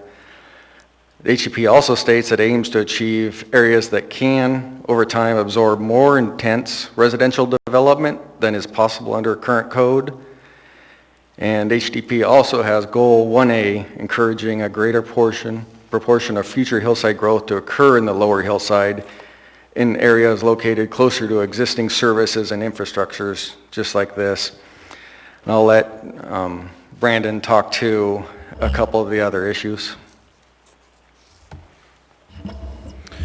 Yes, this is Brandon Marcotte with Triad Engineering. That's M-A-R-C-O-T-T. I'll speak briefly to the sewer boundary change. Page 27 of your packet kind of illustrates the existing sewer boundary map provided by AWU. You can see that 2 of the lots within the application are inside the boundary, and then 2 lots 19 and 20 are just outside the boundary.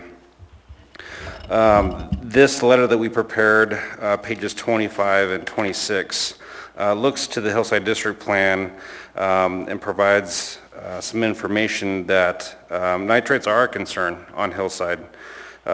Increased nitrate levels may be caused by natural sources and or human sources, including manure used for nitrate-based fertilizers, surface contamination from improper well seals, and wastewater effluent leaking into the groundwater.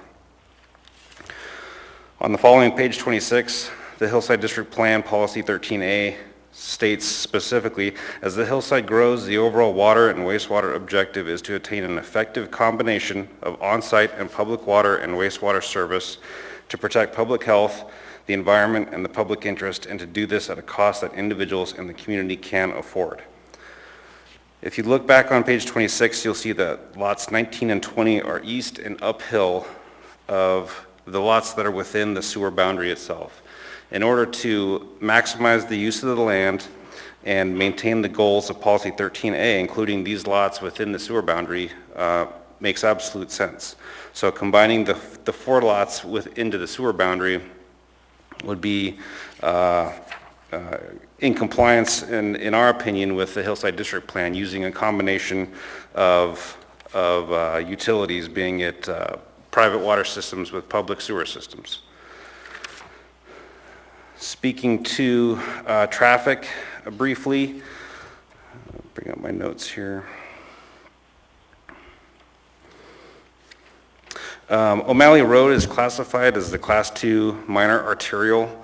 That designation sees somewhere between 10,000 to 20,000 average trips per day. According to DOT, those trip counts as of 2019 are just below 12,000 trips. So while somewhat significant, it is on the lower end of the range of traffic for that road. It was recently upgraded in 2014 to 4 lanes of travel with a center turn lane. There's no median in this area, and there is street lighting near this road connection. Additionally, Haynes Street is classified as a local road. Those typically see traffic less than 2,000 ADT. One of the concerns that I heard about not connecting into Haynes Street specifically was that any future plat would likely have cul-de-sac length issues. If we did not make the connection east into Haynes, we'd be seeing cul-de-sac lengths likely exceeding 900 feet. And then you get into variance request type of situations there. Additionally, the topography leads west and downhill towards Lake Otis and generally north towards O'Malley. So I think we're going to be seeing the vast majority of traffic flow towards O'Malley Road and not specifically towards Haynes Street per se. Additionally, we did hear public testimony that Haynes Street was a bit of a nasty exit out onto O'Malley even after the ADOT upgrades. And it's our opinion with this connection to Haynes Street that this will give the community a second exit out of the neighborhood, if you will. If they are having issues with Haynes access, they will now have a secondary access or a secondary exiting capability onto O'Malley Road. And that's all the comments that I have.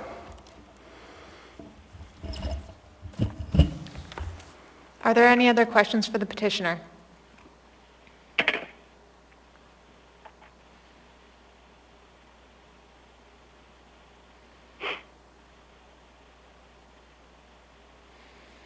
Thank you for your time. Any comments? And Commissioner, seeing as though we have concluded our public testimony and the petitioner has spoken, what is the will of the body?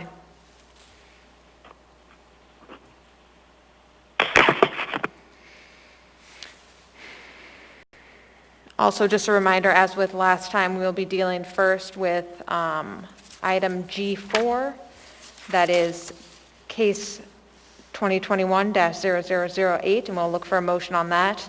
And then we'll move forward with case 2021-007 and look for a motion on that item.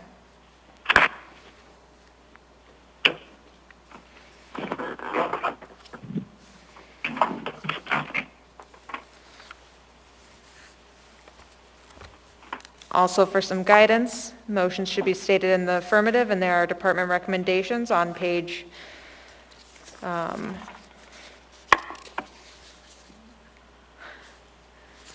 on page 6 and 6 of the various packets.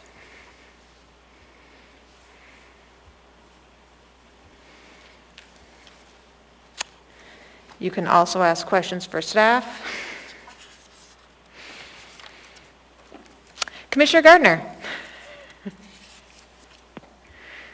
I'll go ahead and get us kicked off here. So starting with G4 in the matter of case number 2021-0008, which is a request to amend the Hillside District Plan Land Use Plan map and maximum perimeter of public sewerage.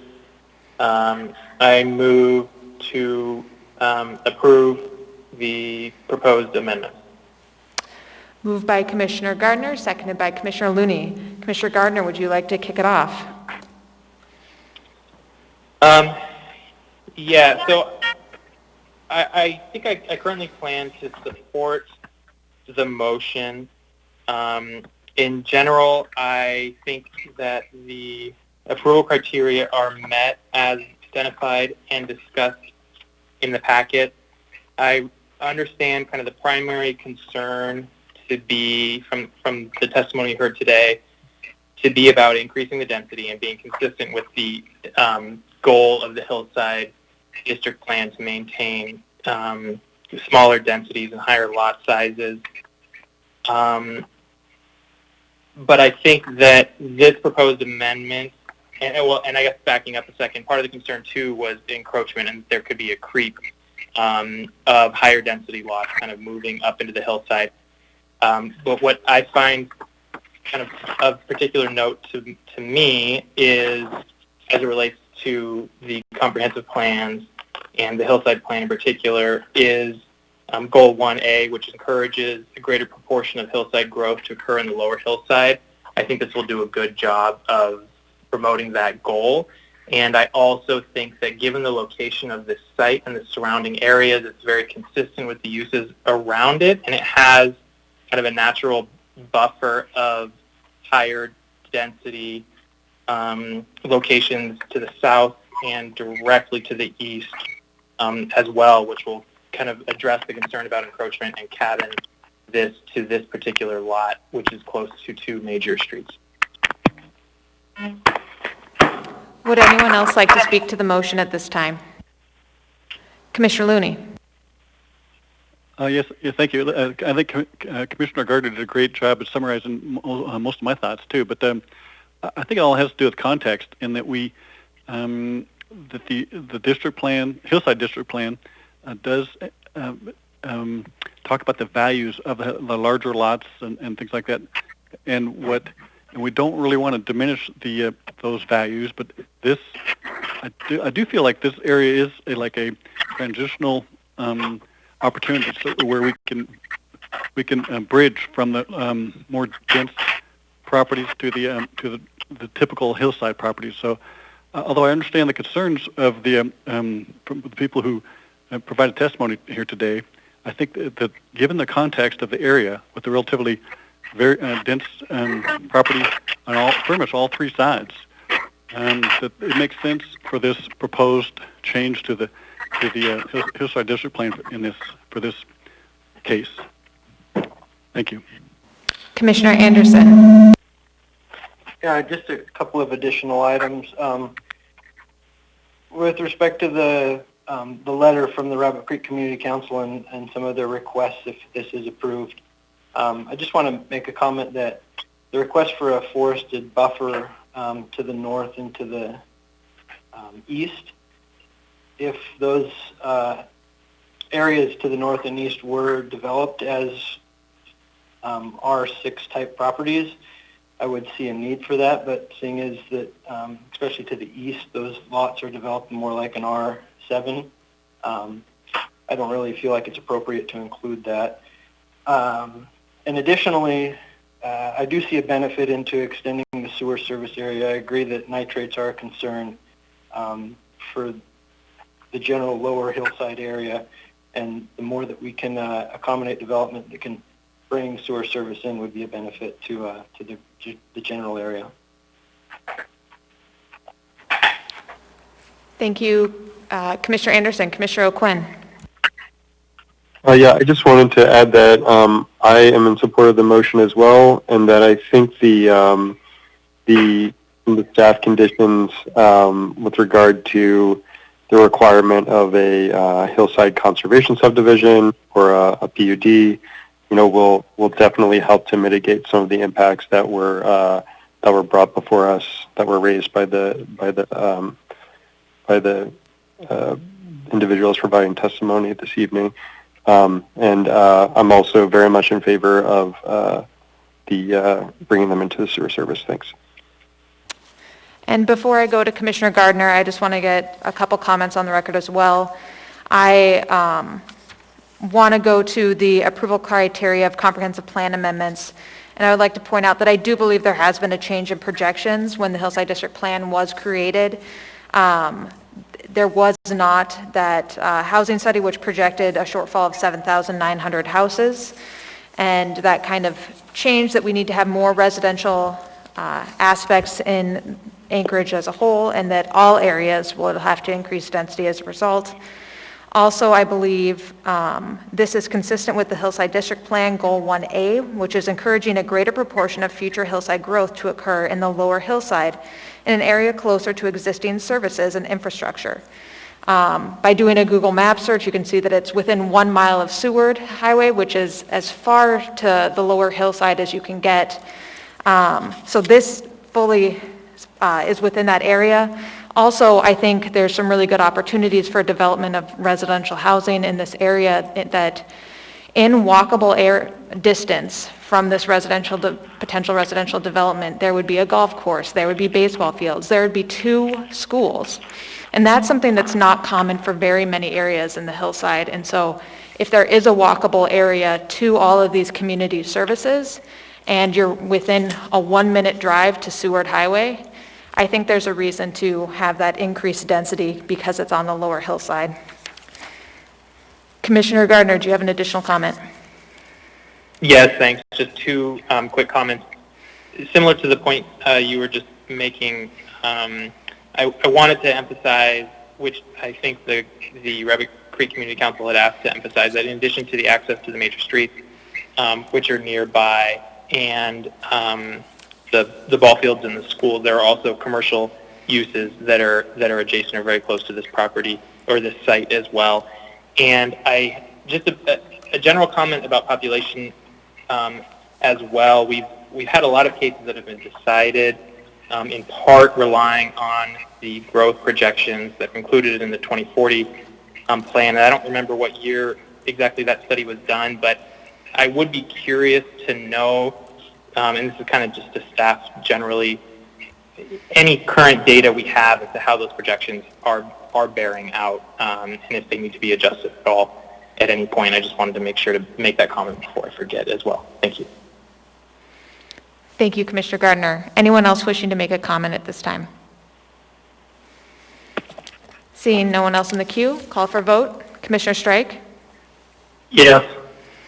Commissioner Gardner? Yes. Commissioner O'Quinn? Yes. Commissioner Krishna? Yes. Commissioner Winchester? Yes. Commissioner Anderson?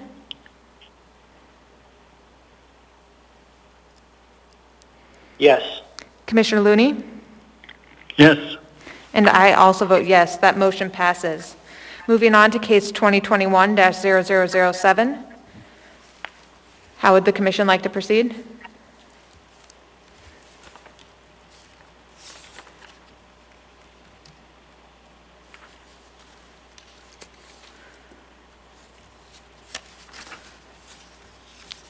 Again, I would like to remind the commission that there is a proposed department recommendation on page 6 of that packet. Commissioner O'Quinn.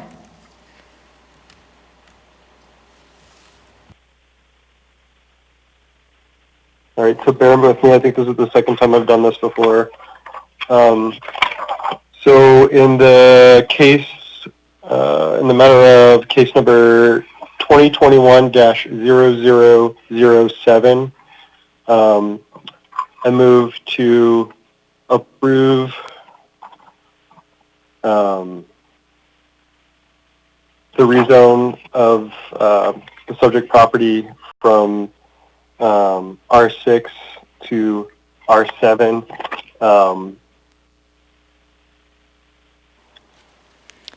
Thank you. And sorry. There's no staff. Oh, there's no staff conditions, right?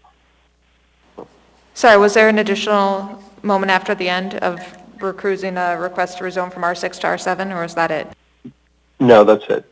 All right, thank you. A motion by Commissioner O'Quinn, seconded by Commissioner Winchester. Commissioner O'Quinn, would you like to speak to your motion?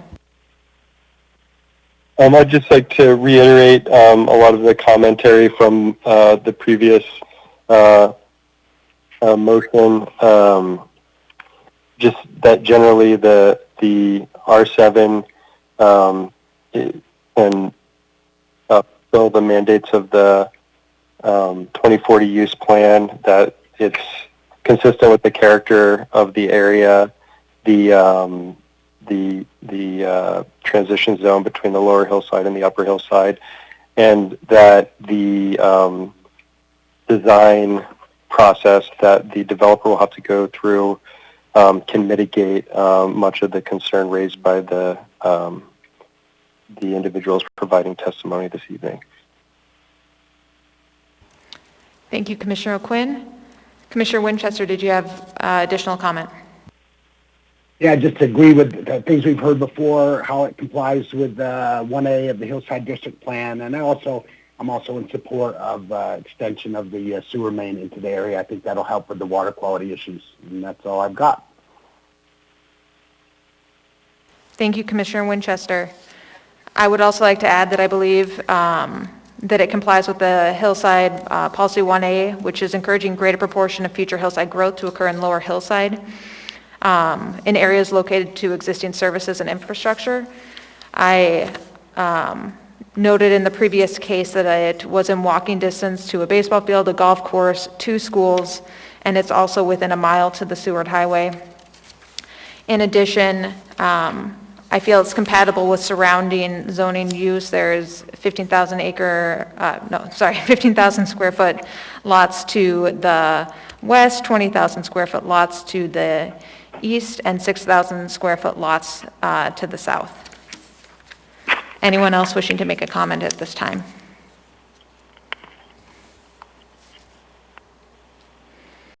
Call for a vote. Commissioner Strike? Yes. Commissioner Gardner? Yes. Commissioner O'Quinn? Yes. Commissioner Krishna? Yes. Commissioner Winchester? Yes. Commissioner Anderson? Yes. Commissioner Looney? Yes. And I also vote in favor, and that motion passes. I would like to thank everyone for their testimony. I know these don't always turn out the way that everyone agrees with, but it did help me zero in on the issues, having all the members of the public call in and testify on this.